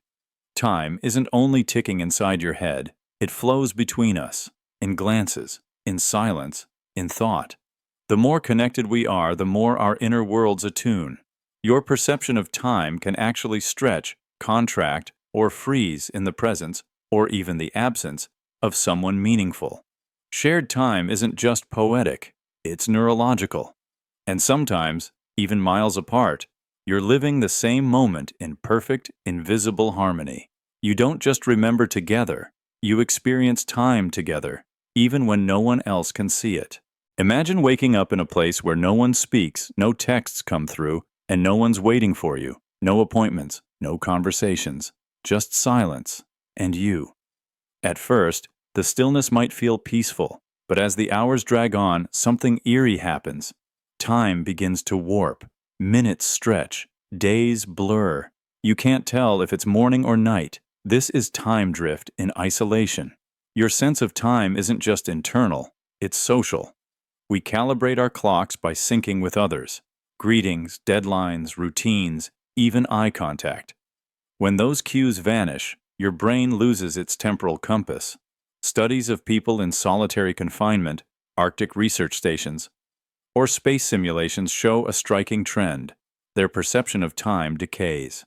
Without interaction, They either overestimate or grossly underestimate how much time has passed. Some report days feeling like weeks. Others feel days vanish in a fog. This happens because your internal clock, governed by the suprachiasmatic nucleus, relies not just on sunlight but on stimulation and emotional feedback. In isolation, that rhythm becomes erratic. It slows. It skips. Loneliness doesn't just hurt emotionally, it confuses temporally. The less you're seen, the less real the timeline feels. Time loses its scaffolding, but connection, even brief, restores it. A message, a voice, a shared glance, these become anchor points in your mental timeline. So if time ever feels warped in solitude, know this: it's not you losing control. It's your brain, untethered from the clocks of others, reaching for rhythm in the dark.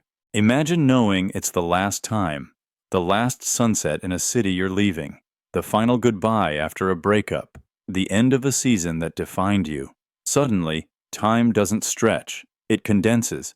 Every second becomes dense, sharp, vivid. This is the end shrinks time, a psychological phenomenon where approaching endings pull your awareness into hyper-focus, shrinking time into layers of deep meaning. You've felt it. The final day of school, the last night of a trip, even a terminal diagnosis. What was once ordinary becomes sacred. The brain flips a switch. It stops wandering and starts recording. That coffee with a friend? Now it matters. That ordinary breeze? Suddenly unforgettable. Your mind starts zooming in, soaking up every sound, every word, every glance. Psychological research confirms this. When people anticipate an ending, they behave differently. They speak more sincerely. They notice more details. They reflect more deeply. The moment thickens with significance. You're no longer just experiencing life. You're archiving it. It's why people cry at graduations. Why a hug on the last day of a job feels like a slow-motion movie. Why you remember the final words from someone you lost, but not what they said a week before. The closer we get to the end, the more our brains turn up the volume on meaning. Time doesn't move faster or slower. It moves heavier, like emotional gravity. It pulls us into the present.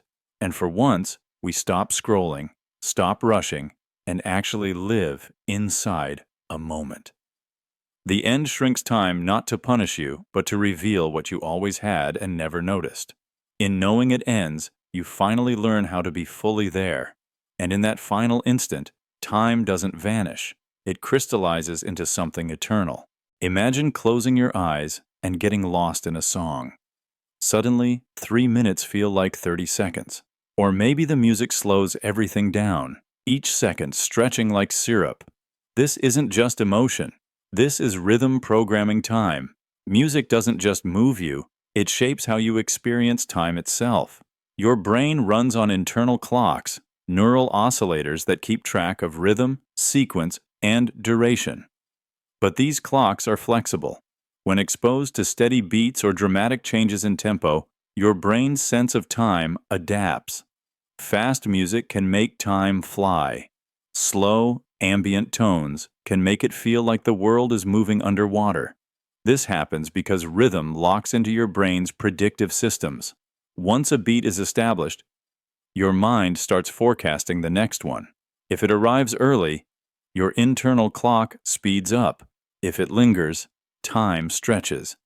This is why runners listen to high-tempo playlists. It tricks the body into feeling like it's moving faster with less effort. And why meditative soundscapes slow your heart rate.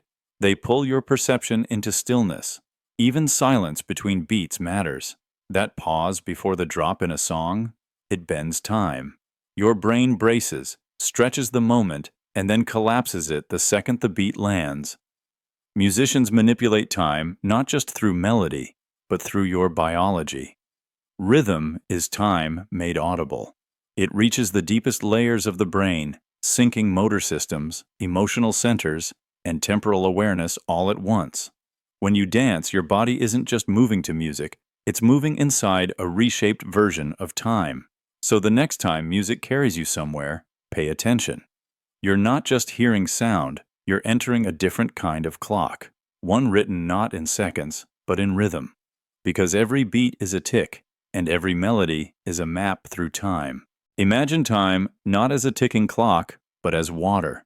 It pools around deep emotion, evaporates during routine, and floods when nostalgia breaches the dam. This is liquid time theory, the idea that time flows not with logic, but with feeling. When you're in love, or grieving, or terrified, time thickens. Minutes stretch out, dripping slowly, every second steeped in intensity. Your brain floods with emotion-linked neurochemicals which heighten awareness and slow perception. You feel every heartbeat, every breath. The moment pools, impossible to forget. But during routine, commutes, chores, scrolling, time evaporates. Days pass without weight. Your brain, bored by repetition, stops laying down fresh memories. You live through the time, but you don't record it. That's why weeks, even months, can vanish in retrospect, evaporated, like mist in sunlight. Then comes nostalgia, a smell, a song, a sudden image, and time floods back, breaking the dam. Not gently, but in a rush. Your brain dives into its archive, dragging old memories into now with a force that defies the calendar. You feel a lifetime in seconds. Childhood joy, lost love, ancient fears. The past floods the present with aching precision. Liquid time isn't bound by order. It doesn't march. It meanders. It pools, dries, crashes. This theory doesn't defy physics. It describes perception. Because the time you live and the time you feel are often oceans apart. But once you know that time is fluid, you can learn to hold it differently, slow it with meaning, deepen it with presence, and when it floods, don't run, let it soak through you. That's where memory lives. Imagine your heart racing after a near accident, during a panic attack, or just before stepping on stage. In those moments, time doesn't feel normal. Seconds stretch. The world speeds up and slows down in waves. This is the heartbeat time illusion. The strange truth that your perception of time isn't stable. It bends with the rhythm of your own pulse, changing moment by moment. At rest, your heartbeat syncs calmly with brain activity. But when it accelerates, due to fear, stress, adrenaline, or excitement, your internal clock goes haywire. Research shows that faster heart rates increase your brain's sampling rate of reality. You don't actually see more, but your mind thinks more is happening, and it processes events in rapid, fragmented bursts. This makes time feel longer, denser, and more chaotic. This is why car crashes, public speaking, or emotional shocks feel stretched out. Your brain, in hyper-alert mode, slices experience into more segments, trying to track everything. But that flood of information overloads your conscious awareness. The result? A warped, jagged sense of now that can feel surreal or distorted. Your heartbeat acts like a metronome for the brain. Slow and steady equals continuity. Fast and erratic equals fragmentation.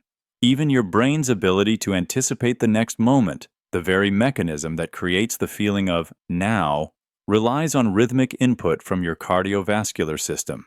In meditation or deep calm, the reverse happens. Your pulse slows, and time feels smooth, fluid, sometimes even suspended in gentle stillness. So your experience of time isn't just in your head, it's flowing with your blood, shaped by every beat. The more chaotic your heart, the more disjointed reality feels. But when your rhythm calms, so does the world around you. Imagine walking into a room and suddenly feeling a strange shift. Your posture tightens, a forgotten habit reappears, or a thought flashes that doesn't quite feel like yours. You haven't remembered anything specific, and yet something inside you moved. This is the phenomenon of archived self moments. Your past selves don't just live in memory, they're embedded in your body, your reflexes, your patterns of reaction. When triggered by environment, emotion, or sensory input, these old versions can surface not as stories, but as instincts. You don't recall being 16, but you suddenly stand, speak, or react like you did then. Neuroscience supports this. Procedural memory and emotional encoding store fragments of experience beyond conscious reach. A song, a scent, a familiar corner of a room might awaken a former version of you, still alive in neural pathways. You've likely felt it, that odd switch when visiting a childhood home or hearing an ex's voice, not a flood of memories, just a subtle shift in self. It's not nostalgia, it's neural reactivation. These archived selves are unfinished. They linger because they weren't fully expressed, resolved, or acknowledged. And sometimes, they rise to remind you that you're not a single story. You're a collection of selves, layered and ongoing. In moments where your reaction surprises you, ask, who just showed up? Because not every part of you lives in the present. Some are echoes, waiting for resolution, or maybe just a moment to breathe again. Imagine standing in the present, but feeling like a version of you from years ago just took over. Your thoughts, reactions, even your voice sound like someone you thought you outgrew. This is nonlinear self-awareness, the experience of your identity appearing out of sequence. Who you are doesn't always match when you are. The self isn't a fixed timeline, it's a fragmented loop. Neuroscience shows that memory and identity are deeply entangled. Your sense of self is reconstructed moment by moment, pulling from past experiences, future goals, and present context. But sometimes, that reconstruction glitches. A childhood insecurity rises during a work meeting. A teenage version of you answers your partner's question. The wrong you shows up. This isn't regression, it's retrieval. Your brain is pulling pieces from its emotional archive based on similarity, not chronology. A smell, a tone, a phrase can activate a dormant self. And suddenly, you're no longer responding as who you've become, but as who you once were. Psychologists describe this as state-dependent memory and identity reactivation. You contain multitudes, but not all of them are active at once. Under stress, in love, during grief, old selves resurface, not randomly, but as attempts to cope using past strategies. It's why healing feels inconsistent, why you can feel mature one moment and like a lost child the next. The self isn't linear, it's layered, and sometimes those layers bleed through. Nonlinear self-awareness isn't a flaw. It's a reminder that identity is dynamic. You're not one version in a straight line. You're all your versions, echoing across time, sometimes overlapping, sometimes interrupting, but always trying to be understood. Imagine stepping into a theater built inside your mind. On stage, a memory plays out. The lighting is perfect. The dialogue sounds familiar, but something feels off. You've been here before, but the scene has changed. This is the mental time theater, your brain's way of replaying the past, not as it happened, but as it feels now. Each time you remember something, you're not pulling a file. You're rewriting a script. Neuroscience shows that memory is not retrieval, it's reconstruction. Every recall reactivates the neural pathways of the original event, but with edits. Emotions, current beliefs, even your mood today can change how yesterday appears. The brain fills in gaps, changes tones, rewrites intentions, all without you realizing it. That's why a memory of someone comforting can turn cold after betrayal, or a mistake you once laughed at becomes humiliating under stress. The emotional spotlight shifts, and with it, the lines, the costumes, the scenery. You don't remember the event. You remember the last time you remembered it. Consider eyewitness testimony. Two people witness the same moment, but their internal theaters stage it differently. One sees aggression, another sees fear. Both are telling their truth, but both are recreating, not replaying. This means your memories are alive, fluid, influenced by what you've learned, what you've lost, and who you've become. Your past isn't a fixed archive, it's a living performance, shifting subtly each time the curtain rises. Understanding the mental time theater doesn't mean doubting every memory, it means recognizing their shape-shifting nature. If your memories evolve, so can your story. And maybe, instead of being trapped by what was, you can direct what remains, scene by scene, with compassion, not illusion. Imagine staring at a clock, waiting for news. Each second feels endless. The ticking grows louder. Time itself seems to stall, thick and heavy. You're not imagining it. This is anticipation distorts time, a psychological effect where waiting stretches time, not by duration, but by imagined consequence. When you anticipate something, good or bad, your brain projects forward. It simulates possibilities, plays out scenarios, prepares for outcomes. This mental rehearsal activates emotional and sensory regions in your brain, even before anything happens. It's like living in two timelines at once, the now and the possible. And that simulation pulls attention inward. You notice every detail, every movement, every sound. The more uncertain the outcome, the slower time feels. This isn't just a feeling, it's neurological. The brain's predictive networks go into overdrive, and because they can't resolve the future, they anchor harder to the present. You become hyper-aware, and awareness elongates time. That's why waiting for a phone call can feel longer than the conversation itself. Why standing before results feels more eternal than the test.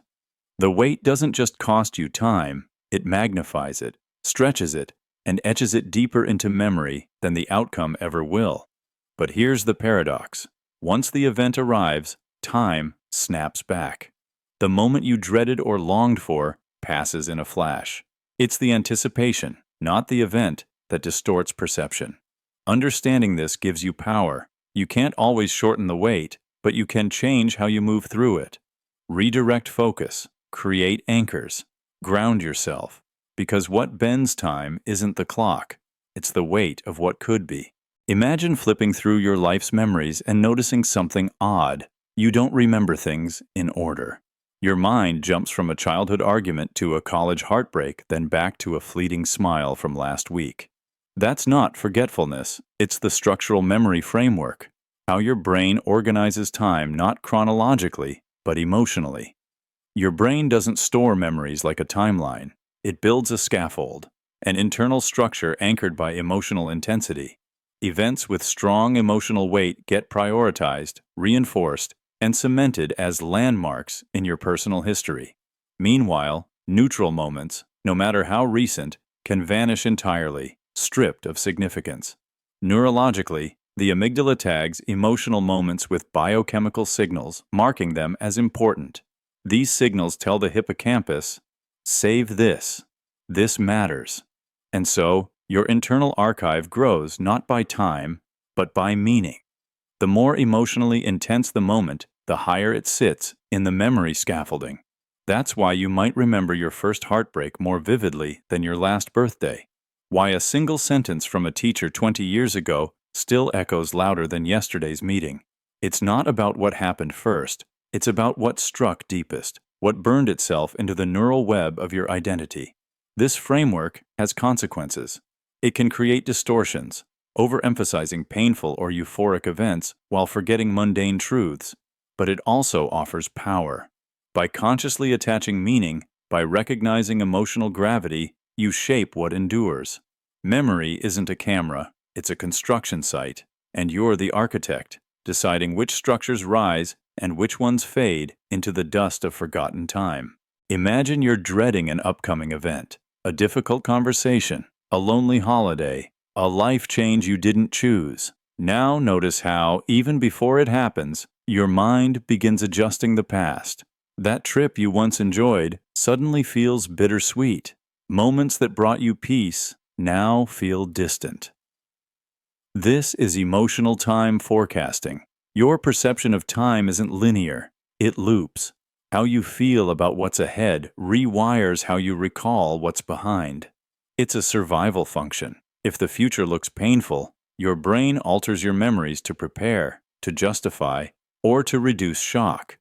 Neuroscience shows that the brain doesn't retrieve memories, it reconstructs them. And reconstruction is influenced by current emotional states.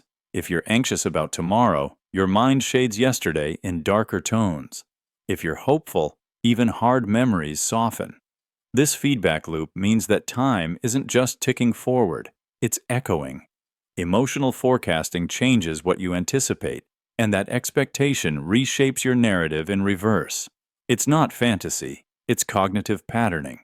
Think about someone recovering from heartbreak. The happy memories fade under the weight of current sorrow, but when healing begins, those same memories often feel warmer again, untouched but reframed. So time isn't just passing, it's reflecting. Your future self whispers backward, and your past responds. The timeline is elastic, bent, and tinted by emotion. Next time your history feels like it's shifting, ask yourself, is it the memory changing, or is it your forecast of what's next? Imagine tossing aside 100 moments every single day. You scroll past a stranger's smile, you let a random song play in the background, you skip over the sound of the rain, never thinking these moments matter. This is discarded moment syndrome, the hidden process where your mind quietly stores away experiences you assume are forgettable. You think you've thrown them away, but your brain has filed them in odd places under strange keys. Neuroscience reveals your memory is less like a neat filing cabinet and more like a vast, cluttered warehouse. Some experiences are tagged as important and placed in easy reach, but most are scattered, stacked in dark corners, or stuffed into unlabeled boxes. You may never consciously revisit the taste of a meal you rushed through or the face you saw on the bus, but these scraps remain, half buried in your subconscious. Sometimes, a random trigger unlocks them. A smell, a song, a flash of color. Suddenly, you remember something trivial you thought was lost forever. This isn't just nostalgia. Studies show the brain encodes even the moments you think you're ignoring, linking them to unexpected cues. Your mind sorts what's worth remembering, but it can't resist keeping fragments just in case. That's why a forgotten childhood jingle can bring back the feeling of an entire summer. Why déjà vu can make you stop in a place you've never consciously visited. Your mind hides the ordinary in odd places, retrieving them only when some hidden lock clicks open. So next time you assume you've thrown away a day, remember, nothing is truly discarded. The mind is a collector, archiving every echo and flicker, even those you swore you'd forget. Sometimes, the moments you tossed aside come back, stitched into dreams, sudden feelings, or flashes of insight, reminding you that no experience is ever really lost, just misplaced, waiting to be found. Imagine living a single day at two different speeds, one when you're bursting with energy, the other when you're completely drained. Morning comes. You're rested, wired with anticipation. Hours vanish, tasks blur into motion, and suddenly, the clock leaps forward. But by late afternoon, fatigue creeps in. Every minute stretches, seconds linger.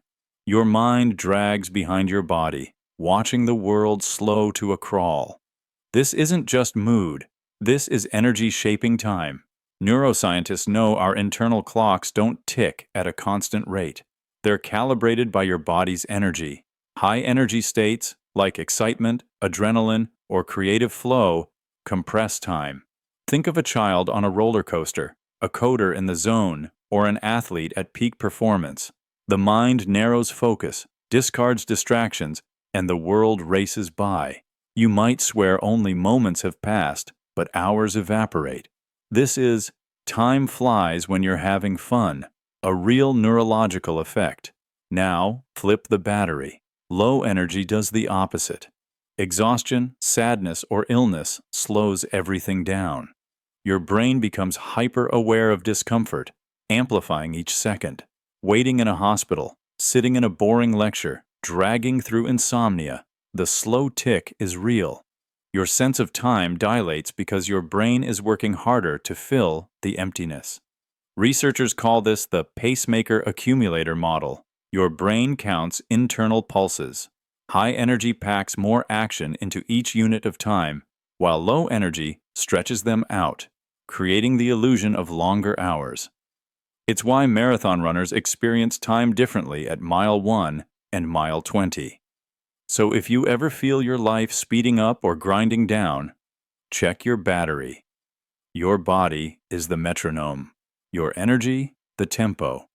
And by learning to read your internal clock, you gain the power to reshape time, minute by minute, pulse by pulse. Imagine looking back at your life, not as a timeline marked by dates, but as a vast landscape. Some memories feel close, vivid, like a hill you can climb and touch. Others lie distant, hazy on the horizon, their details lost in the fog. This is time as distance, the idea that your mind maps time as geography rather than chronology. Our brains don't store events with perfect timestamps. Instead, they anchor memories in emotional and contextual space. The feelings, people, and places surrounding a memory create its location on this mental map. The closer a memory feels, the more accessible it is, regardless of how long ago it actually happened. This explains why some childhood moments seem just yesterday, while recent events can feel distant. Emotional intensity, significance, and relevance pull memories nearer, while neglect or trauma push them away, shrouding them in mist. Neuroscience shows the hippocampus acts like a GPS, organizing experiences spatially as well as temporally.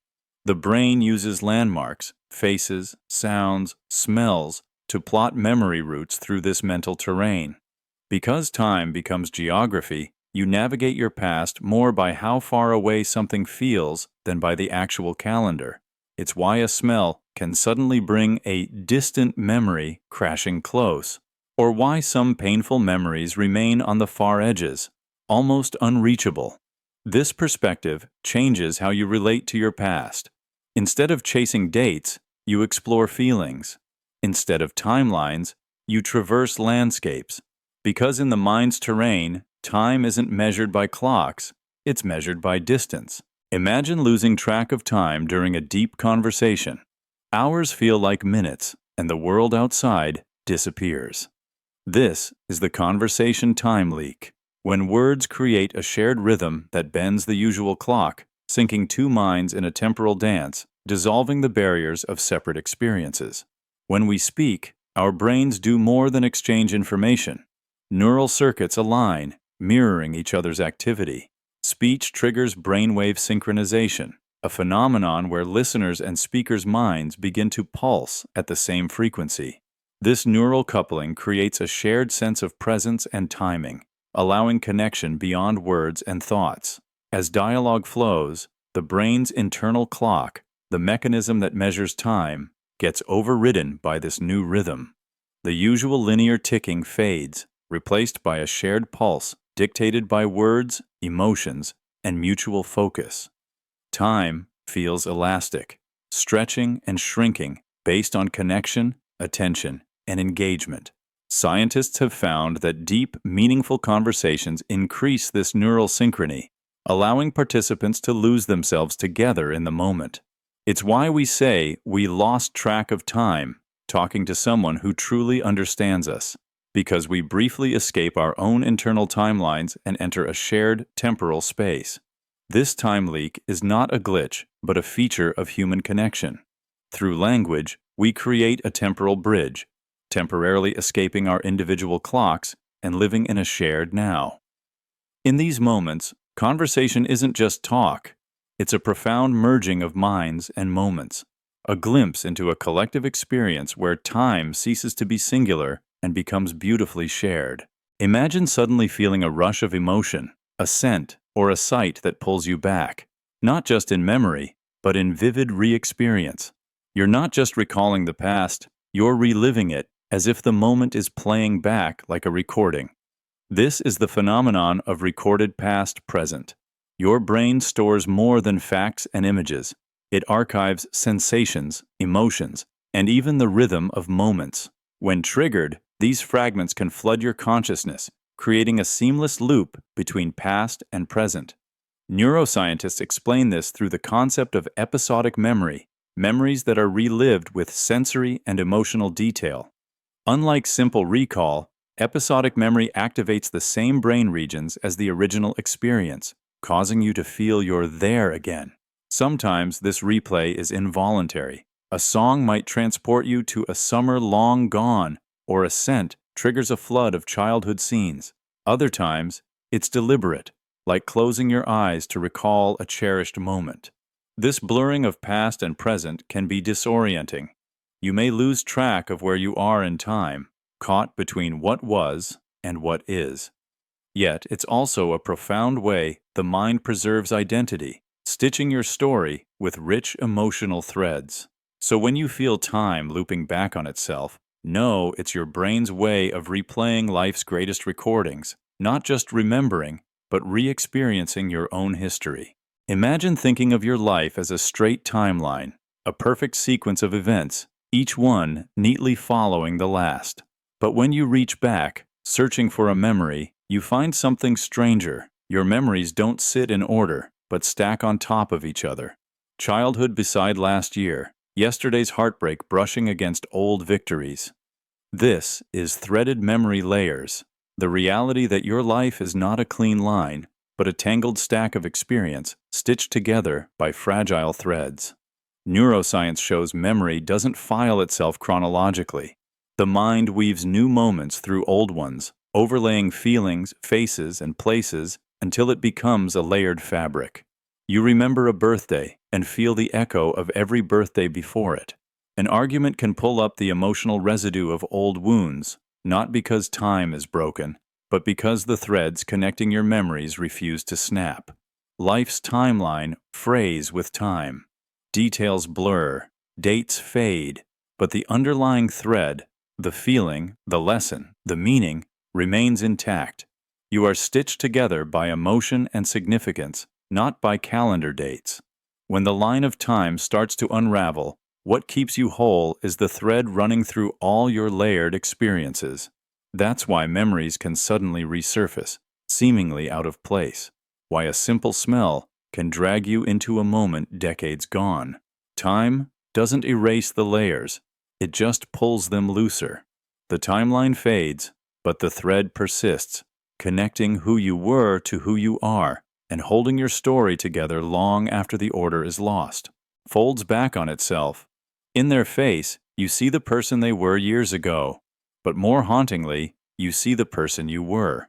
Their features spark old memories, forgotten moments, versions of yourself you'd almost lost. This is emotional time. Reflection. When you look at someone long enough, you're not just witnessing their aging, you're revisiting entire timelines, carried in the space between your gaze and theirs. Science shows our memories are deeply social. The faces of loved ones act as emotional mirrors, instantly retrieving past interactions, old joys, old fights, and versions of ourselves tied to those moments. When you meet their gaze, the neural pathways for those old feelings, those long-ago versions of yourself, fire up again. It's like a living time capsule, triggered not by photos or objects, but by the human presence itself. This effect is especially powerful with parents and children. A mother's tired smile can flash you back to your childhood, or your partner's laugh can reignite the same hope or heartbreak you felt on your first date. The brain binds these timelines together, creating a mosaic of memory where past and present overlap. But there's a price. Sometimes you're flooded with nostalgia, other times with regret. The person in front of you becomes a reminder of all the selves you've been, the choices you made, the paths you didn't take. It's not just that they look older, it's that their presence holds the record of your old self, too. Emotional time. Reflection reveals something profound. Every close relationship is a hall of mirrors. When you really look at someone, you're seeing not just who they are, but every version of yourself you left behind in their story. And in that reflection, time becomes something alive, something felt, stretching endlessly between you. Imagine waking up, going through your morning, brushing your teeth, making coffee, commuting to work. Day after day, week after week, these routines become automatic, so much so that entire weeks and even months vanish in what feels like fleeting moments. This is accelerated routine syndrome, when repetition speeds up your perception of time, making it slip away before you even notice. Your brain is wired for efficiency. It craves novelty, but conserves energy when it senses predictability. When tasks become routine, your brain processes them on autopilot. allocating minimal conscious attention. This lack of engagement compresses time because fewer new memories are formed to mark its passage. Neurologically, repetition reduces dopamine responses. The brain's reward system stops lighting up as brightly. Without strong emotional signals, moments blur together, sliding past unnoticed. Days become blocks of sameness. Weeks blend into months, and months dissolve into years. That's why years can disappear before you feel you've truly lived them. The moments aren't gone. They're just unrecorded, trapped in a mental fast-forward. This creates the illusion that time speeds up as you age, not because the clock changes, but because your mind does. But awareness can break the cycle. Mindfulness, variety, and deliberate breaks force the brain to pay attention again. New experiences spike dopamine and slow down your perception of time, stretching moments into fuller memories. Understanding accelerated routine syndrome helps you reclaim time because the clock ticks the same.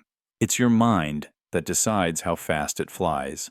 Imagine looking in the mirror and seeing not one face, but many, each reflecting a different chapter of your life. Some are shaped by crises that broke you, others by breakthroughs that remade you, and still others by quiet, ordinary Tuesdays that somehow changed everything. This is time-fragment identity, the truth that you are not a single continuous self, but a collage of moments stitched together by time. Your identity isn't built from a smooth, unbroken narrative. It's pieced together from fragments, emotional peaks, turning points, and mundane details alike. Each fragment holds its own version of you, sometimes conflicting, sometimes complementary. These shards of self overlap and coexist inside your mind, creating a layered, complex selfhood.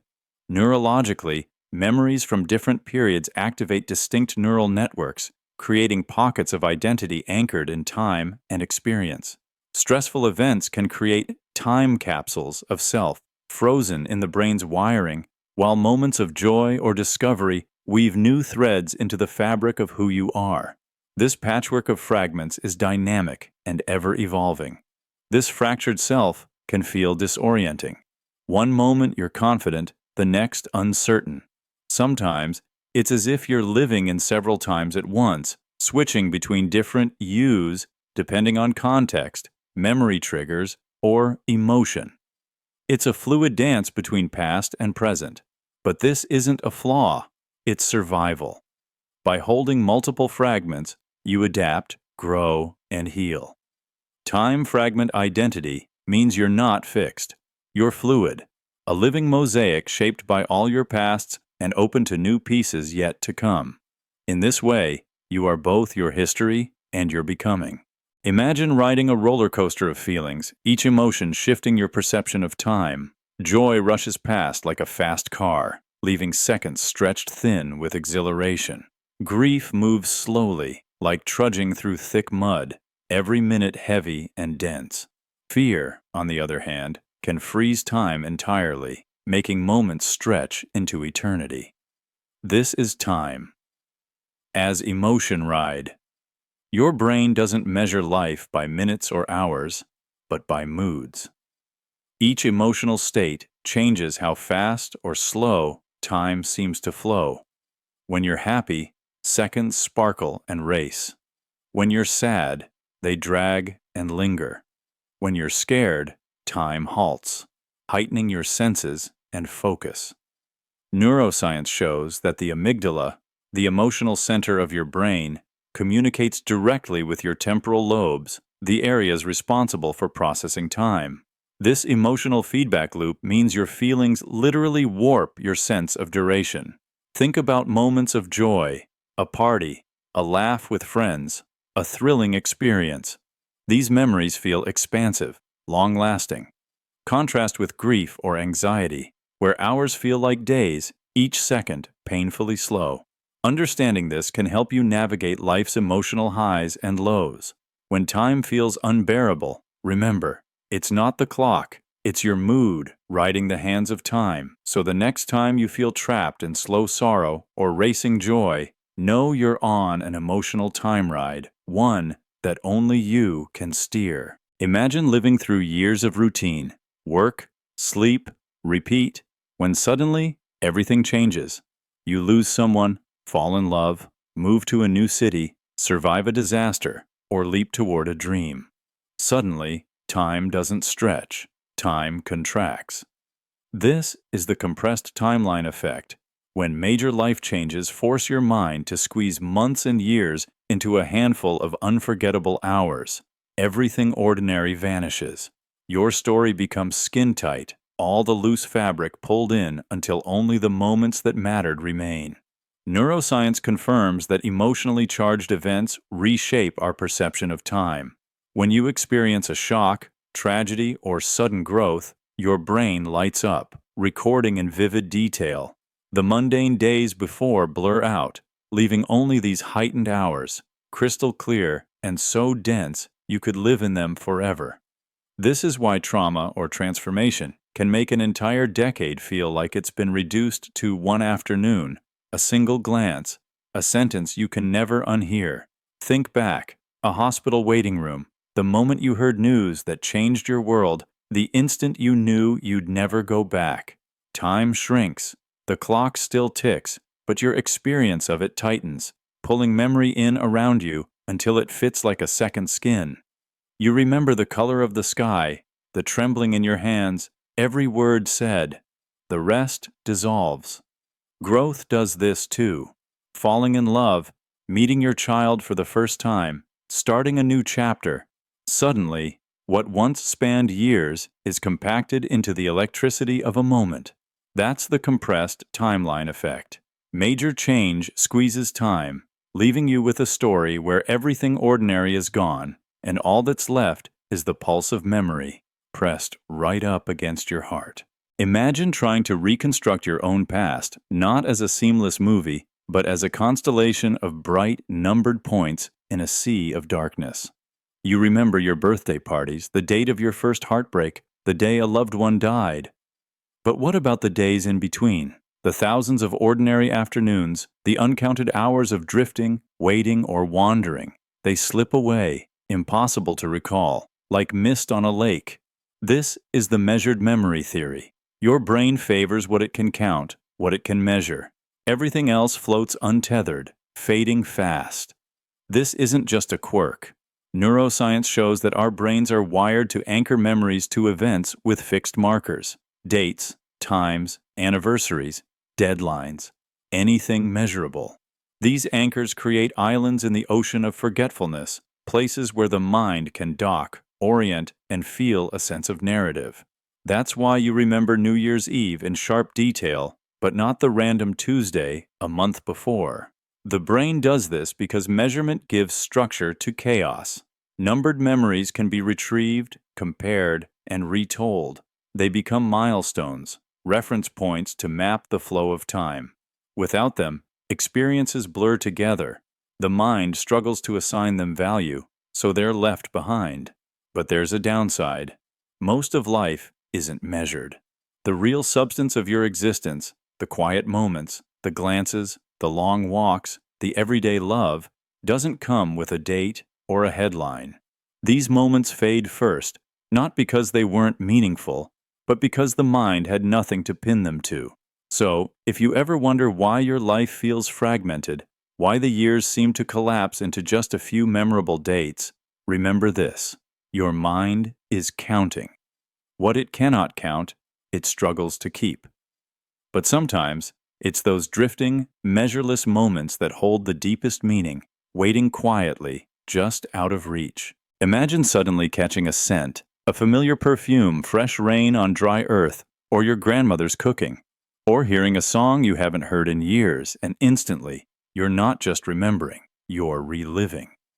The present moment collapses, becomes a portal, a window into then.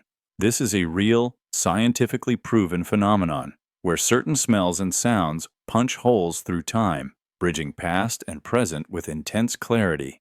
The brain's olfactory bulb and auditory cortex connect directly to the limbic system, our emotional core, bypassing logical centers that usually filter sensory input. That's why smell and sound, are so powerful at evoking vivid memories, often more intense than those triggered by sight or touch. This is called context reinstatement. Sensory triggers unlock deeply encoded memories, flooding the mind with feelings, images, and even physical sensations from long ago. For example, the scent of pine might instantly transport a war veteran back to a forest decades ago, bringing forth the rush of adrenaline and fear. Or, the tune of a childhood lullaby can fill you with warmth and nostalgia, as if you're once again cradled in your mother's arms.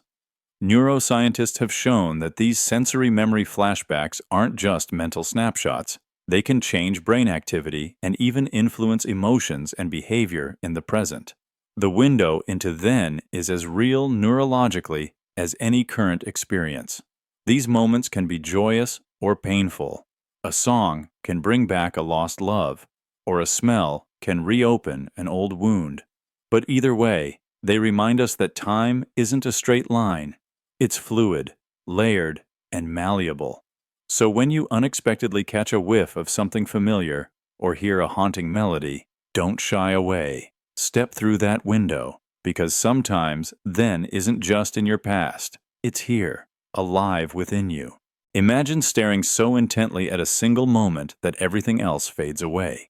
Minutes can feel like seconds, and the usual tick-tock of the clock dissolves into silence. This is zoomed time awareness, the phenomenon where intense focus collapses the perception of duration, making time itself seem to vanish.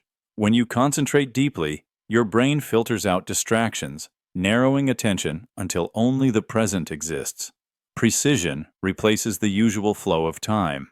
Instead of feeling seconds pass, you become immersed in the moment's texture, the color of a leaf, the intricate pattern of light through branches, the delicate sound of breath, the faintest scent carried by the air. Neurologically, this experience is linked to heightened activity in the prefrontal cortex and decreased activity in the default mode network, which normally processes self-referential thoughts and the passage of time. This shift rewires your internal clock, allowing you to experience time as a continuous now rather than discrete moments or measurable durations. Athletes, artists, and meditators often describe this state as flow or being in the zone. It's a state where action and awareness merge seamlessly and time perception becomes irrelevant. You don't just watch time, you embody it, becoming one with the moment, fully alive and present. But there's a catch. Because duration dissolves, you can lose track of time entirely. Hours might slip by unnoticed, and unmeasured.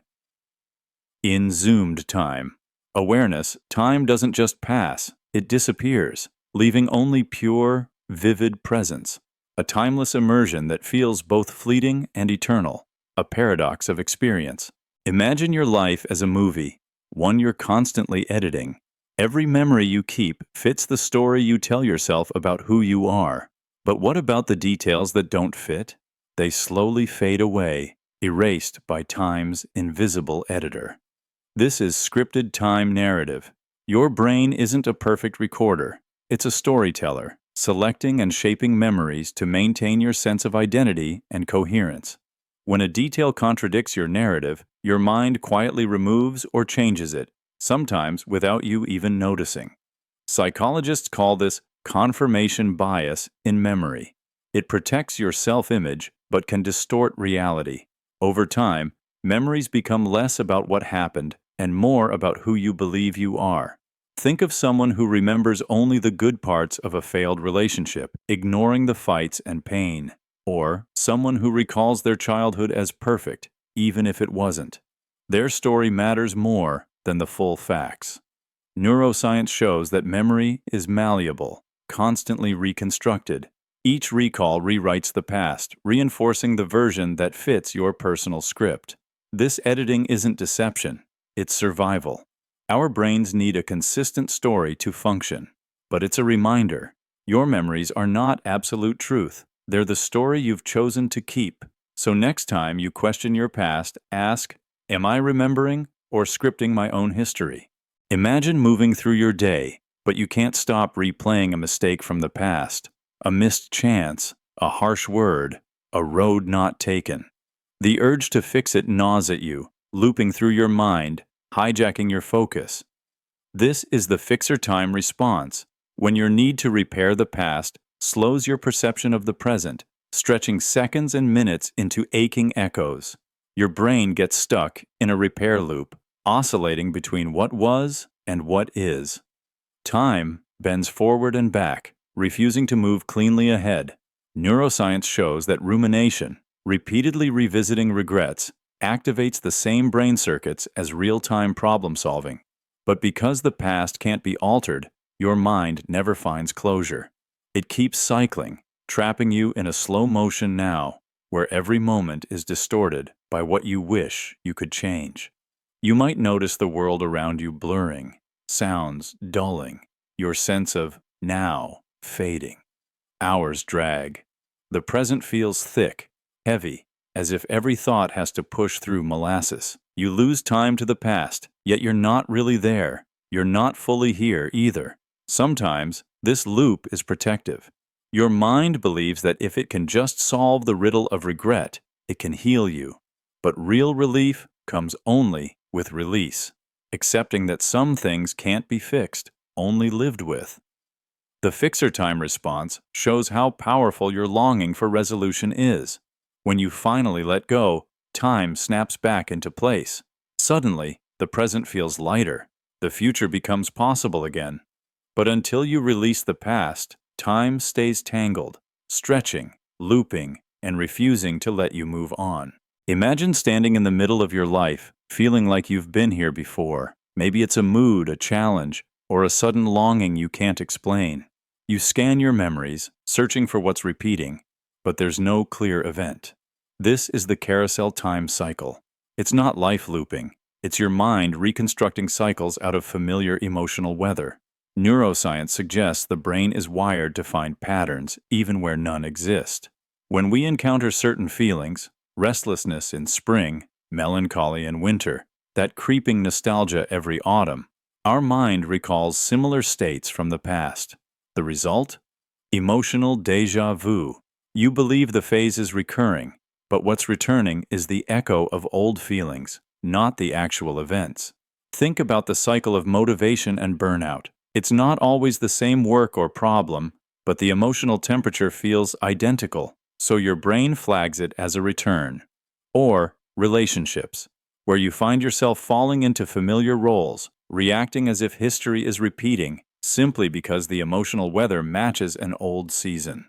This pattern finding keeps us grounded, offering a sense of predictability and control, but it can also trap us, convincing us that we're stuck in endless loops when really, we're just haunted by the weather of our own emotions.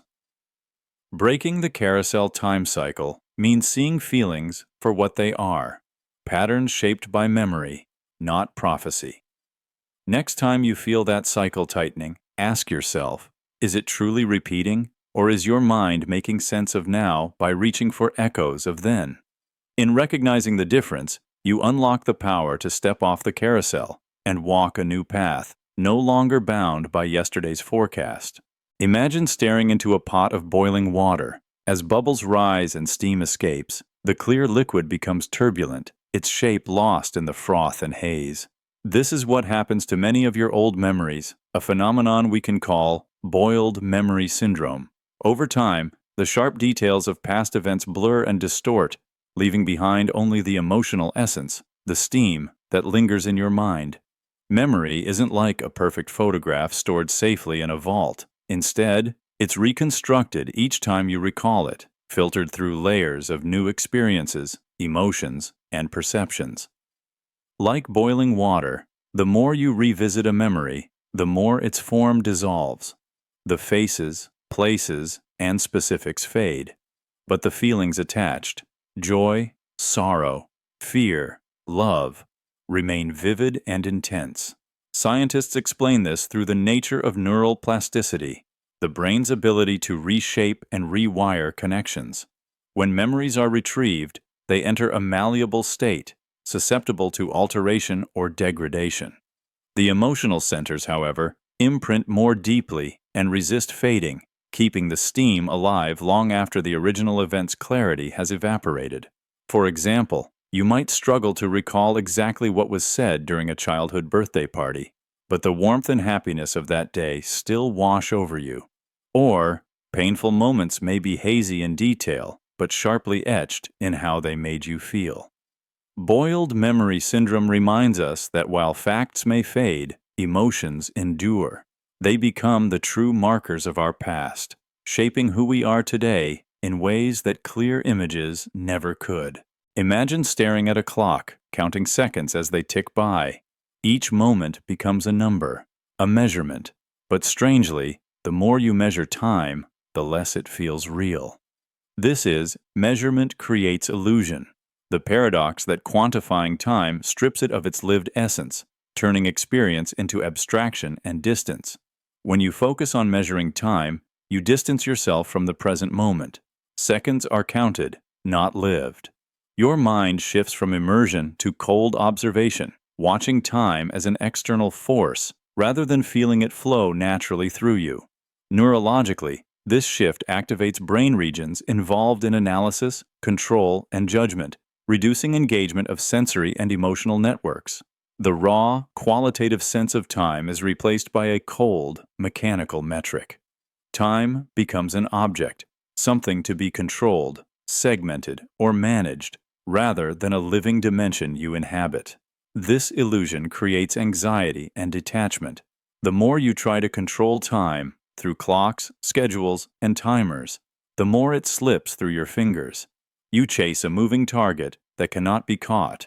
Life feels rushed, fragmented, unreal, a series of quantified moments lacking depth and soul.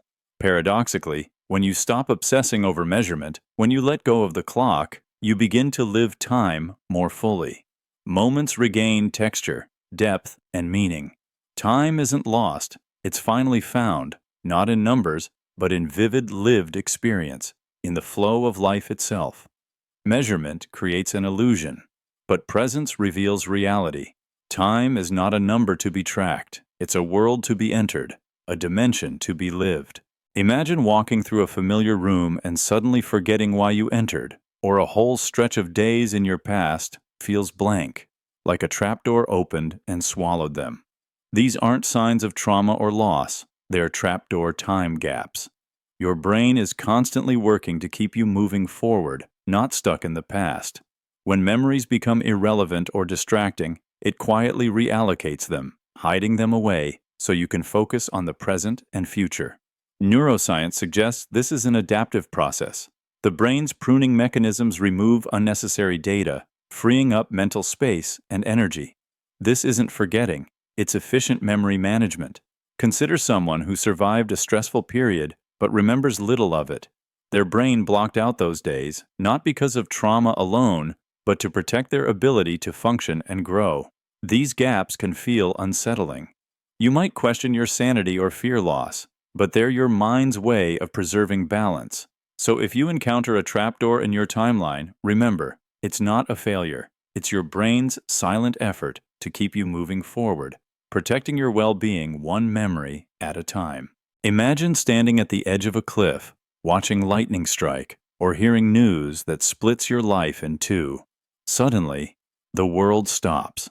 The air thickens. Your heartbeat echoes. Every detail grows impossibly sharp. This is the frozen moment effect. When time doesn't just slow, it freezes. In those rare seconds of awe or terror, your brain etches every sensation into eternal ice, preserving the moment forever. Science reveals that these time freeze episodes happen because your brain's amygdala, the center of fear, wonder, and emotional shock, fires at full power. It floods your system with neurotransmitters, hypercharging your senses and locking memory into high definition. Unlike everyday memories that fade or blur, frozen moments are burned into your mind, immune to time's erosion.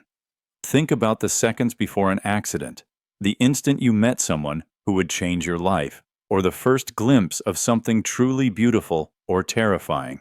Your senses expand, but your awareness contracts. You recall the scent in the air, the exact shape of shadows, the texture of your own breath. Everything ordinary is suspended. Only the extraordinary remains. These moments can haunt or inspire you for years. Sometimes they're a source of trauma, a flashback that never loses its edge. Sometimes they become your most treasured memory, a single perfect instant you revisit when you need to remember what life can feel like.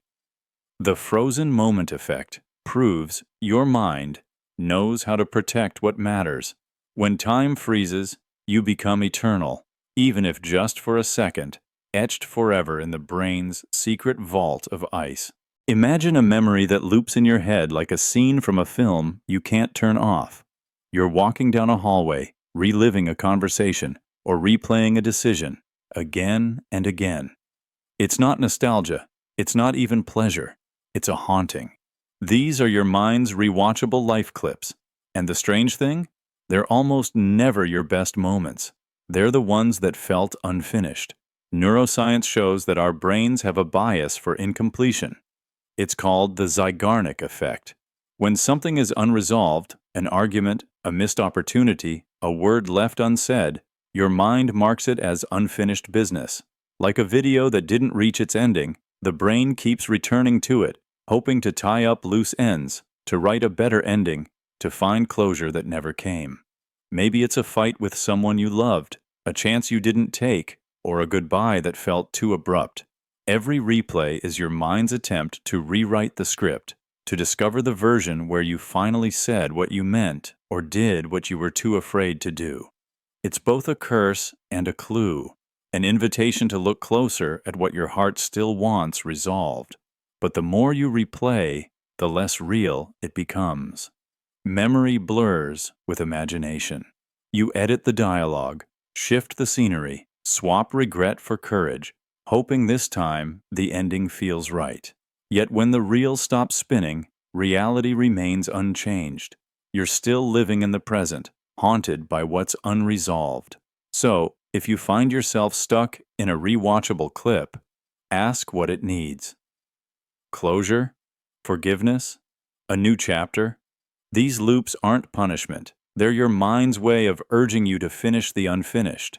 Only then, when the scene finally resolves, does your story move forward, ready for the next reel.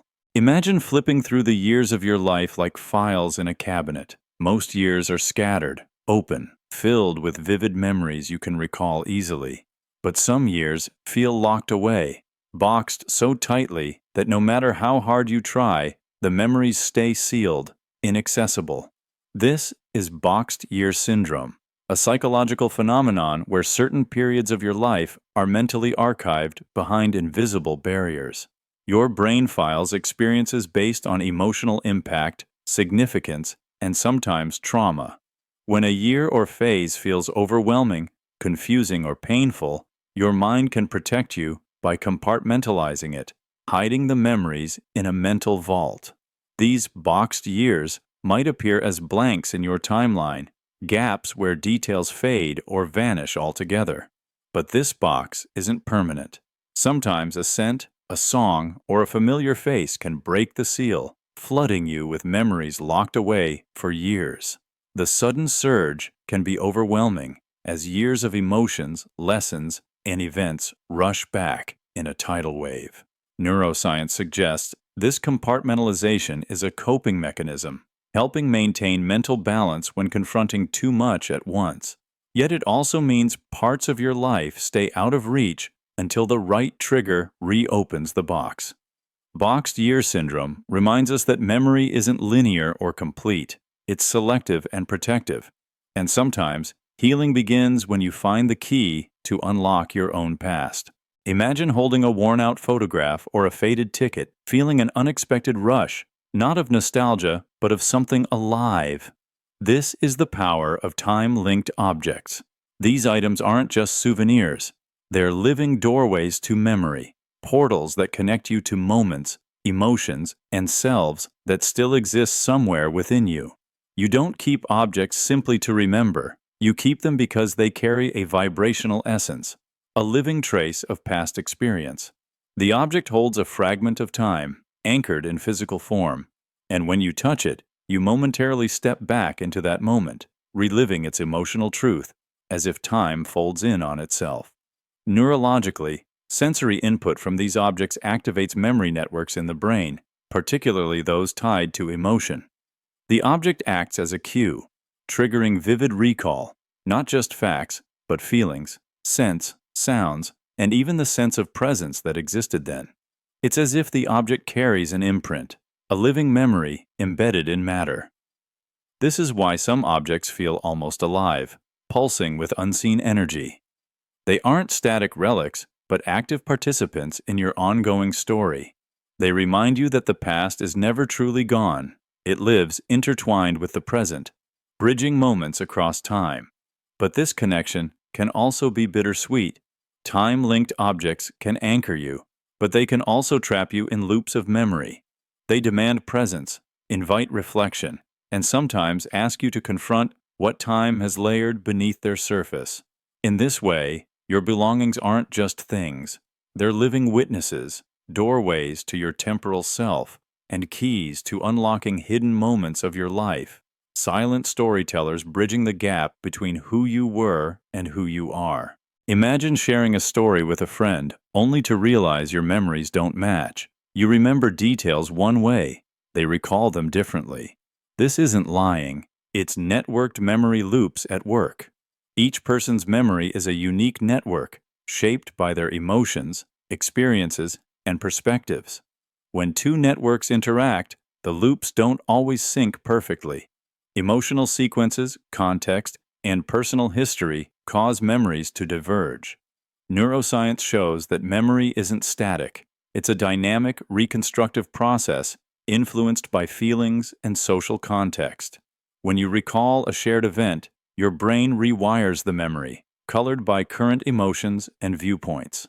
Imagine a reunion where two friends remember a moment differently. One recalls laughter, the other tension. Both are true to their experience, their brain's timeline looping in separate emotional patterns.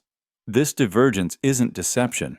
It's the brain's way of managing complex social memories, allowing multiple versions to coexist in a shared timeline. Understanding this helps us accept conflicting memories as part of human connection, not conflict. So next time memories clash, remember, it's not a battle over truth, but a dance of intertwined memory networks, each looping through its own emotional time. Imagine looking back on a chapter of your life and everything feels a little too perfect. No rough edges, no regrets, just a seamless story that flows as if it was always meant to be. This is cleaned timeline disorder, the hidden process where your memory rewrites the past, scrubbing away conflict, doubt, and chaos to create a narrative that feels destined, inevitable, and safe. Neuroscience and psychology both confirm that memory isn't a hard drive. It's a living story, constantly revised. Each time you revisit the past, your brain tweaks the details, smoothing out pain and reshaping confusion until your timeline is neat and coherent. Conflict is buried, mistakes are softened, and chance begins to look like fate. It's comforting, but it's also deceptive. Consider relationships. You remember the first date as magical, forgetting the awkward silence, the uncertainty, the doubt. Career stories are retold as upward journeys, edited to erase the setbacks and failures. Entire chapters become highlight reels, not documentaries. Your mind does this not out of malice, but out of a need for order and meaning. But there's a risk. You can start to believe your own revision.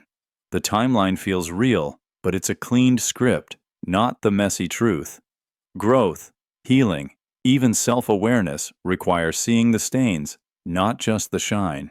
So, when you sense a chapter of your life feels too smooth, ask what's missing. Cleaned timeline.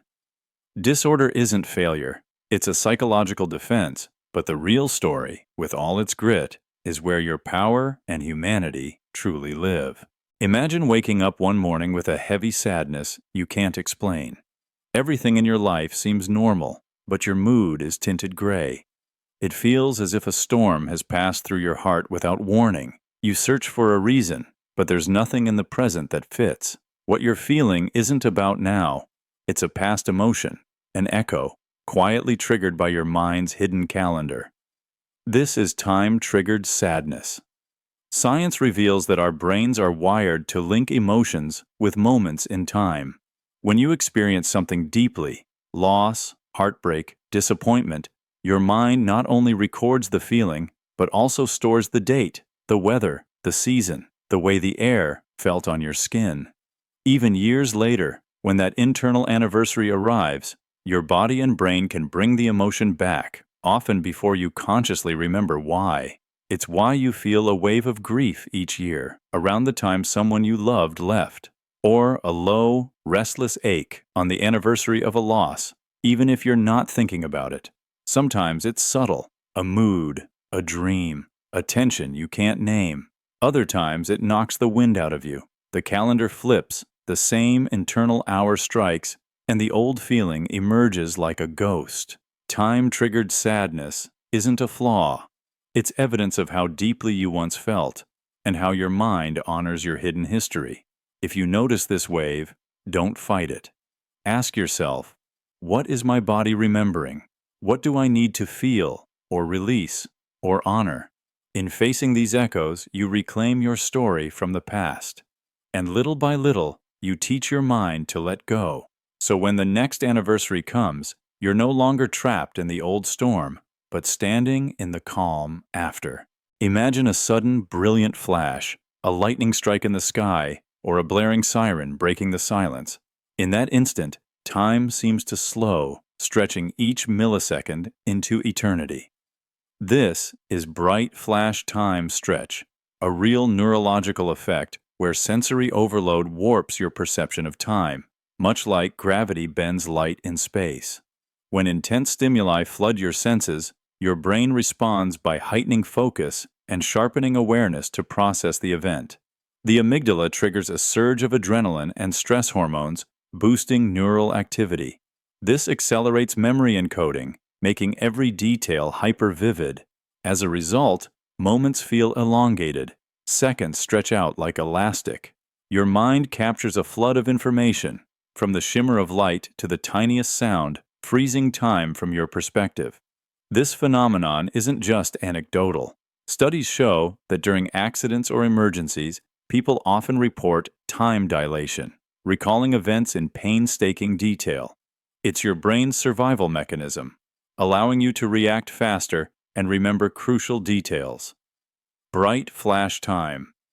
Stretch reveals how subjective time really is. The clock ticks steadily, but your experience bends and warps depending on what your brain deems vital. Understanding this can change how you perceive intense moments, not as chaotic flashes, but as opportunities for clarity and heightened presence in the flow of time. Imagine turning off your phone, stepping away from screens, and sinking into silence. Time suddenly feels different, not empty or peaceful, but charged and raw. This is the time unplug disconnect, where disconnecting from media and devices it resets your internal time rhythm, forcing your brain to recalibrate and find a new temporal balance. In a world flooded with notifications, updates, and endless distractions, your brain's natural timekeeping is hijacked by external signals. The constant ping pulls your attention in fractal bursts, fragments your focus, and accelerates your sense of passing moments. Time feels compressed, hectic, always chasing the next stimulus, never quite landing in the present. But when you unplug, silence floods in. This silence isn't calm, it's a jarring reset. Your brain's internal clocks lose their external anchors and must find a new rhythm. This resynchronization feels uncomfortable, disorienting, and even unsettling at first, like waking from a dream into unfamiliar light. Neurologically, this pause allows the brain to reduce stress hormones, rebalance neural circuits, and strengthen connections related to internal time perception. It's a biological reboot for your sense of now, a vital cleansing of temporal distortion. The disconnect also restores your ability to live fully in the present, to feel time's natural ebb and flow without external interference. Silence reveals the hidden tempo of your mind, a rhythm lost beneath the noise of constant connectivity. So, When you unplug, you don't just escape noise, you reset time itself. Silence is not the absence of sound, but the recalibration of your temporal rhythm, a return to the fundamental pulse of being. Imagine pulling at a loose thread on a well-worn sweater. At first, it seems harmless, just a tiny snag. But as you tug, the thread unravels dozens more, and soon the entire fabric begins to fall apart. This is the loose thread timeline. In your mind, memories are woven tightly together, creating your personal chronology. But some memories act like loose threads, fragile, unstable, connected to many others. When triggered, these memories can unravel your entire timeline. Psychologists call this memory cascade. One forgotten or distorted memory can cause a chain reaction, disrupting how you perceive the sequence of your life events. Imagine recalling a childhood event differently from what others remember. That one loose thread can challenge family stories, personal identity, and even your sense of reality. Neuroscience shows that memory is reconstructive, not static. Each recall risks altering the fabric, sometimes unraveling the carefully stitched story you've held onto. This can feel disorienting, like losing your grip on time itself, but it also reveals the fluid nature of memory, how our life story is less a fixed archive and more a living tapestry. So next time a memory pulls at your timeline, embrace the unraveling. It's an opportunity to reweave your story with new colors, patterns, and understanding. Imagine looking back at your old self and realizing you wouldn't even recognize the person you were, how you spoke, dressed, what you believed. But it's deeper than change. This is performed time identity. The hidden truth that you haven't just changed over time, you've performed different identities for each era of your life, shaped by the expectations and rules of that moment. From childhood to adulthood, from one job to the next, or one city to another, you've worn invisible masks. You acted like the student in the classroom, the rebel with friends, the optimist in love, the cynic after heartbreak. These weren't conscious lies. Your identity molded itself to time's script. You performed for parents, teachers, society, often becoming a version of yourself that made sense only in that chapter. Neuroscience and psychology reveal that identity is never fixed. The self is a living performance, always adapting to circumstance, social cues, and what's rewarded or punished in a given era. That's why reading old messages or seeing childhood photos can be so jarring. They're artifacts from a version of you who fit the world in a way you no longer do. You weren't always you. You were a series of performances, characters for the roles demanded by each age, each season, each crisis. None were fake. All were real for their time. Growth is realizing which parts you want to keep and which can be retired. Performed time. Identity isn't deception. It's survival, adaptation, and proof that who you are is a story told through versions, each shaped by the clock, the stage, and the audience you faced. Imagine taking a single bite of something familiar, warm bread, sweet mango, a childhood candy, and suddenly you're transported across years.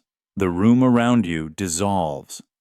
For a moment, you're not just remembering, you're reliving. This is taste time recall. It's not just nostalgia, it's neuroscience. Taste is the shortcut to your deepest memories, often stronger than sight or sound. Science shows the pathway from your tongue to your memory is direct and powerful. Taste information travels straight to the brain's limbic system, the emotional and memory center. That's why one flavor can unlock entire chapters: your grandmother's kitchen, school lunches, a long-lost summer. Unlike photos or music, taste doesn't just trigger a memory. It can resurrect the atmosphere, the feelings, even the people who were there. Sometimes the effect is bittersweet. You taste something you haven't had in years and a forgotten grief returns, a farewell dinner, a meal shared before a loss, or joy erupts as you rediscover a flavor from a simpler, safer time. That's because taste, memory, and emotion are tangled together. Food is more than fuel. It's a time machine your mind can't resist. Ever wonder why comfort food is so comforting? It's not just the ingredients. It's the hidden story on your tongue, the way it stitches you back to moments when you felt loved, safe, or free. Restaurants, recipes, even cravings, so much of what we seek and taste is really a search for time itself. So the next time a flavor catches you off guard and tears rise, let them fall. You're not broken. You're experiencing the oldest magic your body knows, the power to taste the past, and in doing so, to find yourself alive in every version you've ever been. Imagine watching a movie where entire scenes are cut, jumping from one moment to the next without explanation. Your brain does something similar with time. It doesn't just forget, it fast-forwards, skipping sections of your life entirely. This is clipped time sections, a real cognitive phenomenon where your mind omits stretches of experience, leaving gaps you don't even notice. When overwhelmed, bored, or under stress, your brain conserves energy by filtering out unimportant or repetitive information. Instead of recording every detail, it compresses time, stitching together key moments and skipping what it considers filler. These missing clips can span minutes, hours, or even days. Because the brain rarely alerts you to these gaps, you often don't realize anything's missing. Your internal narrative remains intact, but it's edited, streamlined for efficiency, not accuracy. This explains why some periods of life feel like they flew by, or why you struggle to recall routine stretches. Neuroscientists link this to how memory encoding works under varying attention and emotional states. When attention wanes, memories aren't consolidated properly, creating blind spots in your personal timeline. Clipped time sections remind us that our experience of time is malleable and selective. Your story isn't missing chapters. It's been artfully edited by your brain, leaving only the highlights you truly need. Imagine flipping through memories and realizing they aren't stored by date, but by feeling. The joy of a childhood birthday shines brighter than a recent, uneventful day. The pain of trauma screams louder than last Tuesday. This is emotion-based indexing, the profound truth that your brain organizes memory not by time, but by emotional weight. Your mind doesn't file memories on a linear timeline. Instead, it prioritizes moments by how deeply they impacted you. Emotional intensity acts as the filing system, anchoring memories in your mind's landscape. Traumatic or joyful events carve deep grooves, while mundane moments blur into the background, fading with time. Neurologically, the amygdala plays a starring role. It tags experiences with emotional signals, telling the hippocampus what to remember vividly. These tags amplify memory encoding, making emotional moments more accessible and persistent than neutral ones. The emotional color saturates the memory's canvas, ensuring it stays alive in your mind. That's why you can recall the exact words of a heated argument years ago, but forget what you had for breakfast yesterday. Time isn't the organizer of memory. Emotion is. It's the lens through which the past is filtered, prioritized, and ultimately shaped into your personal narrative. This system has survival value. Emotional indexing helps you learn from pain and seek joy, guiding your future decisions. But it also means trauma can dominate your mental space, overshadowing the everyday. Yay. Recognizing this can help you understand your memories, not as a perfect record, but as a feeling-driven map of your life, rich with lessons and warnings. Imagine holding a microscope up to your life. Time acts just like this microscope. It magnifies what you focus on and blurs what fades into the background. Regret, love, fear, they grow larger, sharper, more detailed. Meanwhile, the rest becomes hazy and distant. This is how time filters your emotional experience. When you obsess over something, whether it's a past mistake or a cherished moment, your brain zooms in, making it feel larger than life. Seconds stretch into endless loops of rumination or reverie. Conversely, things you ignore or suppress fade away, becoming less clear in your memory. The brain's attention acts like a lens, selectively highlighting parts of your timeline based on emotional weight. Neuroscience shows that this focus is tied to the amygdala and hippocampus, areas involved in emotion and memory. They amplify what matters to you and diminish the rest. Think about a breakup. Every painful detail might replay vividly for months, while joyful moments from the same period feel distant or lost. Understanding this helps you see how your perception of time is deeply entwined with your emotional focus. You don't just live through time, you sculpt it with your mind. So next time you feel trapped in a moment, ask yourself, what are you magnifying and what are you letting blur away? Imagine drifting into a memory that doesn't let go, a conversation, a tragedy, a day you can't escape. Suddenly, hours vanish. You stare at the clock and wonder, where did the time go? This is the experience of Chrono-Sink moments, events in your life that act like black holes in your mind's galaxy, swallowing time and energy, leaving you suspended in a place that feels bottomless. Neuroscience tells us that these moments are not an illusion. Highly charged experiences, whether traumatic or ecstatic, can warp our perception of time. The brain loops, replays, and intensifies details so fiercely that minutes stretch, hours vanish, and the outside world fades. Emotional gravity pulls you inward. You find yourself falling again and again into the same recollection, unable to escape its grip. Think about the aftermath of loss, a breakup, a funeral, shocking news. Or even the opposite, the day you fell in love, the birth of a child, an artistic breakthrough. Ordinary hours are devoured as your mind orbits around that event, again and again, drawn to its center. Other days become dim, while this one moment blazes with light, impossible to ignore. These are the black holes of memory. They absorb your attention, your energy, your sense of the present. You might lose an entire afternoon replaying a conversation, or find yourself lost for years in the echo of a single day. The mind bends around these events, drawn in by their intensity. Chrono-Sink. Moments aren't mistakes in your mental universe, they're markers. They show you where gravity is strongest, where your story changed direction. They remind you that some experiences aren't measured by clocks, but by how deeply they pull you in. Imagine drifting down a river with no shore in sight.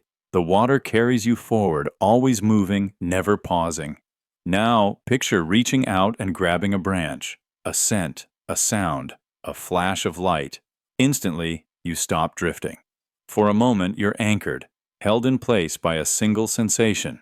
This is how your mind works with memory. You pin memory points in time's river using the senses, creating anchors that keep you from drifting away. Science reveals that certain senses, especially smell and sound, are directly wired to the memory centers of the brain. A whiff of rain on hot pavement, the echo of a childhood song, or the golden glow of afternoon sunlight can pin a moment into your timeline, holding it fast while everything else flows by. These anchors are so powerful that a single scent can bring back years, or one melody can flood your mind with scenes you thought were lost. We do this unconsciously. You might remember your first home not from a photo, but from the smell of old books or the creak of a wooden stair. You recall a person's laughter more than their face, or the flicker of candlelight at a family dinner. Even pain can be pinned this way. Hospital antiseptic, the click of a door closing, the way the light fell through blinds on a hard day. The senses are time's bookmarks. Why does your brain do this? Anchors help you navigate the chaos. They give your story landmarks, places to return when you're lost. Without them, memory becomes a blur, and you risk forgetting who you are or how you got here. So next time a smell or a sound throws you back in time, honor it. These are your pinned memory points, anchors in the current. They hold you steady, remind you of the journey, and keep you from drifting too far from yourself, no matter how fast the river flows. Imagine trauma replaying not as a long story, but as a single second stretched into unbearable length. This is zoom-in trauma loops, where time itself magnifies moments of pain, trapping you in an endless loop of unresolved agony that feels eternal. In trauma, the brain zooms in on the critical instant, the trigger, the scream, the shock, making it dominate your conscious experience and drowning out the surrounding flow of time. Instead of moving naturally, time fragments into jagged, distorted pieces, each replayed with excruciating detail and overwhelming emotional intensity. Neurologically, trauma profoundly affects the amygdala and hippocampus, heightening emotional memory encoding while impairing the brain's ability to properly process and integrate these experiences. The brain's normal timeline breaks down, causing that one agonizing second to loop endlessly in your consciousness, refusing to release its grip. This loop becomes a prison that prevents healing. It forces the mind to relive the unresolved pain, stuck in the same split second over and over again, as if caught in a temporal echo chamber. The trauma remains raw, unprocessed, refusing to fade into the past. Understanding zoom-in trauma loops reveals why time feels warped and distorted for survivors. Healing requires breaking the loop, reintegrating that moment into a broader timeline where it no longer holds such power or dominance over your sense of now. It's not just memory, it's a distortion of time itself, where trauma stretches a single agonizing second into forever, bending the flow of experience and consciousness. Imagine glimpsing a moment yet to come, not in a dream, but in waking life. You see events unfolding before they happen. This is the bounced future memory, the mysterious phenomenon where your brain receives signals from an imminent experience, as if time folds and future data bounces back to the present, overlapping with now. Your mind constantly predicts what will happen next, using past patterns and present cues to create simulations of possible futures. But sometimes, this prediction becomes vivid enough to feel like memory. It's not clairvoyance or magic. It's your brain rehearsing future moments with astonishing clarity, creating a sensory and emotional preview that feels eerily real. Neurologically, the brain's default mode network and hippocampus engage in simulating future scenarios, combining memory and imagination into detailed mental movies. This simulation can occasionally leak into conscious awareness, creating a sense of remembering the future, confusing anticipation with recollection. This explains why you might know what someone will say before they say it, or feel a sudden, inexplicable certainty about an upcoming event. It's your brain's predictive coding at work, sending a bounce of data back in time, tricking you into thinking the future has already happened. These bounced memories are fragments of possibility, not fate. They offer a glimpse of what could be, shaped by present choices, intentions, and context. Understanding this phenomenon reveals how fluid and interconnected past, present, and future truly are, and challenges our sense of time as linear and fixed. Imagine a moment when your heart races, your breath quickens, and your senses sharpen. Time stops feeling like a steady stream. Instead, seconds stretch and compress unpredictably, like roller coaster tracks filled with loops, pauses, and sudden drops.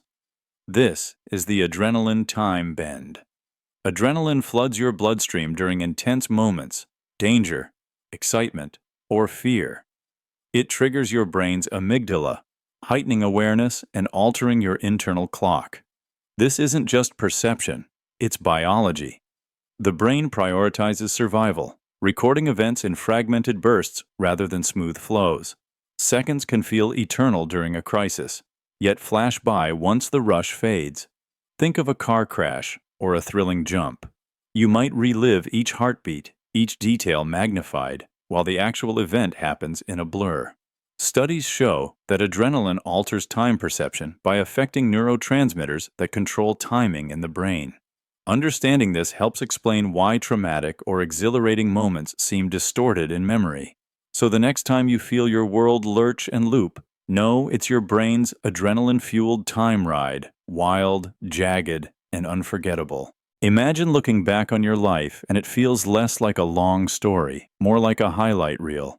Quick flashes of laughter, heartbreak, moving cities, changing jobs. Moments blur together like scenes in a movie montage.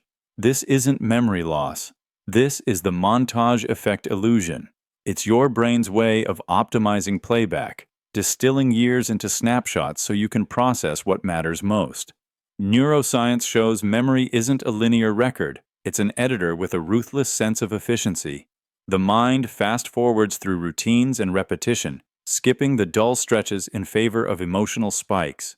What remains is a rapid-fire sequence: childhood play, graduation, your first real job, heartbreak, new beginnings, stitched together as if your life were a cinematic trailer.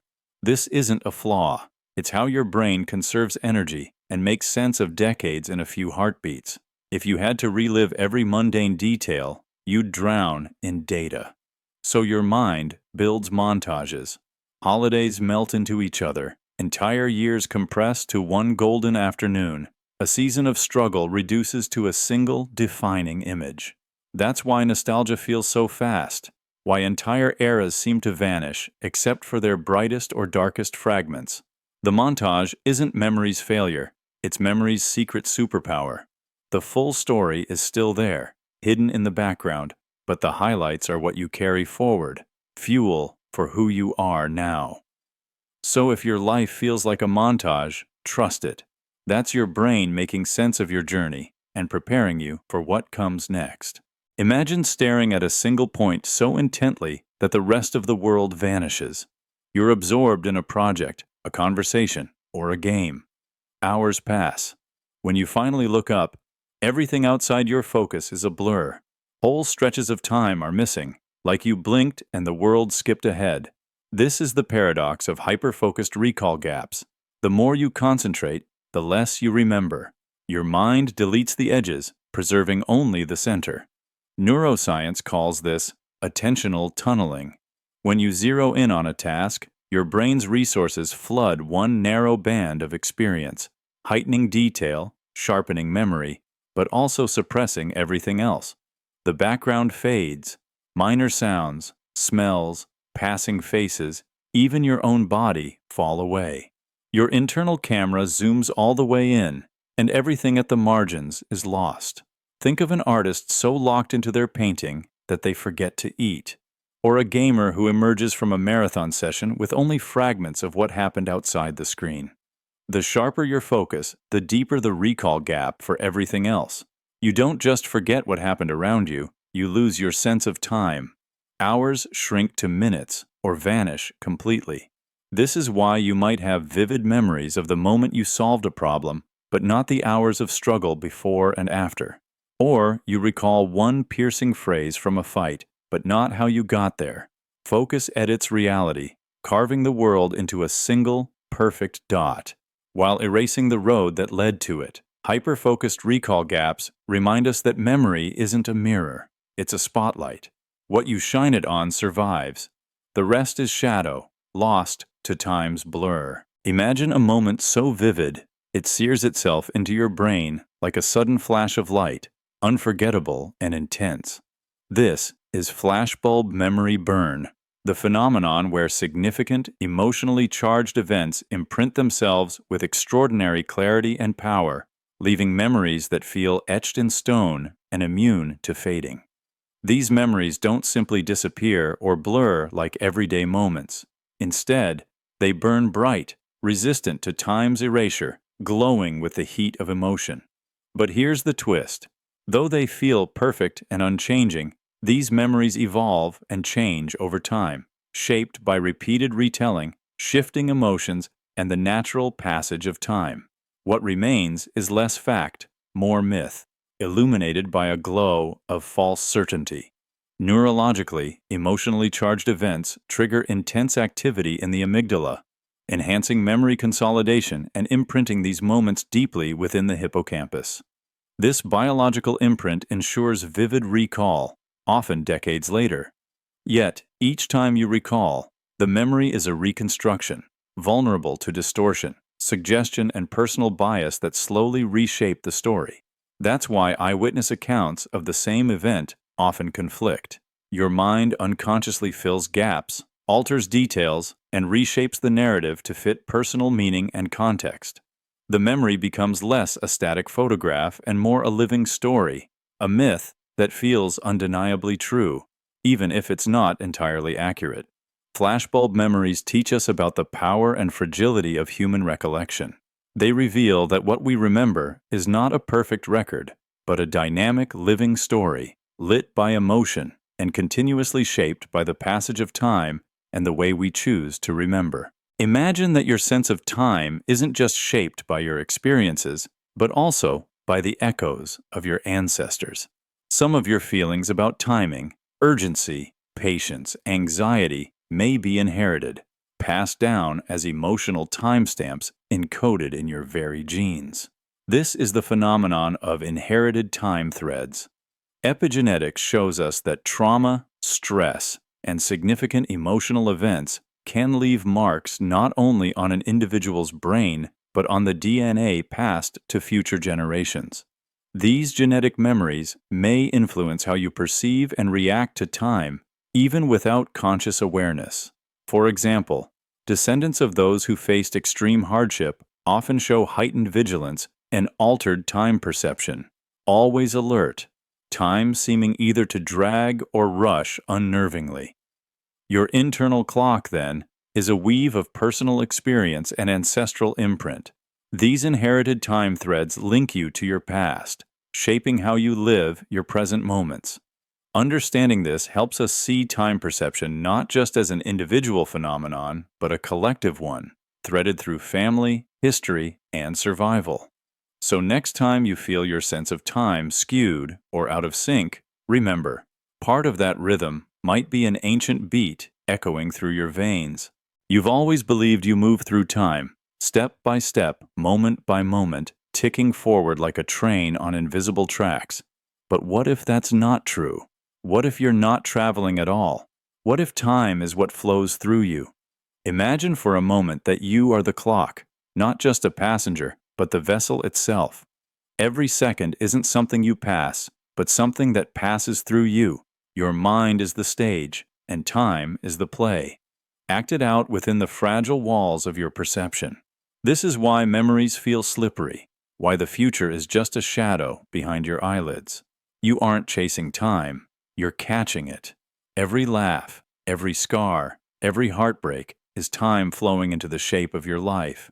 You are the container that gives time its meaning, the story that makes sense of chaos. When you're lost in joy, time speeds up, pours through you like a waterfall. When you suffer, it thickens, dripping through you with agonizing slowness. Your body remembers, every cell a timestamp, every scar a clock hand.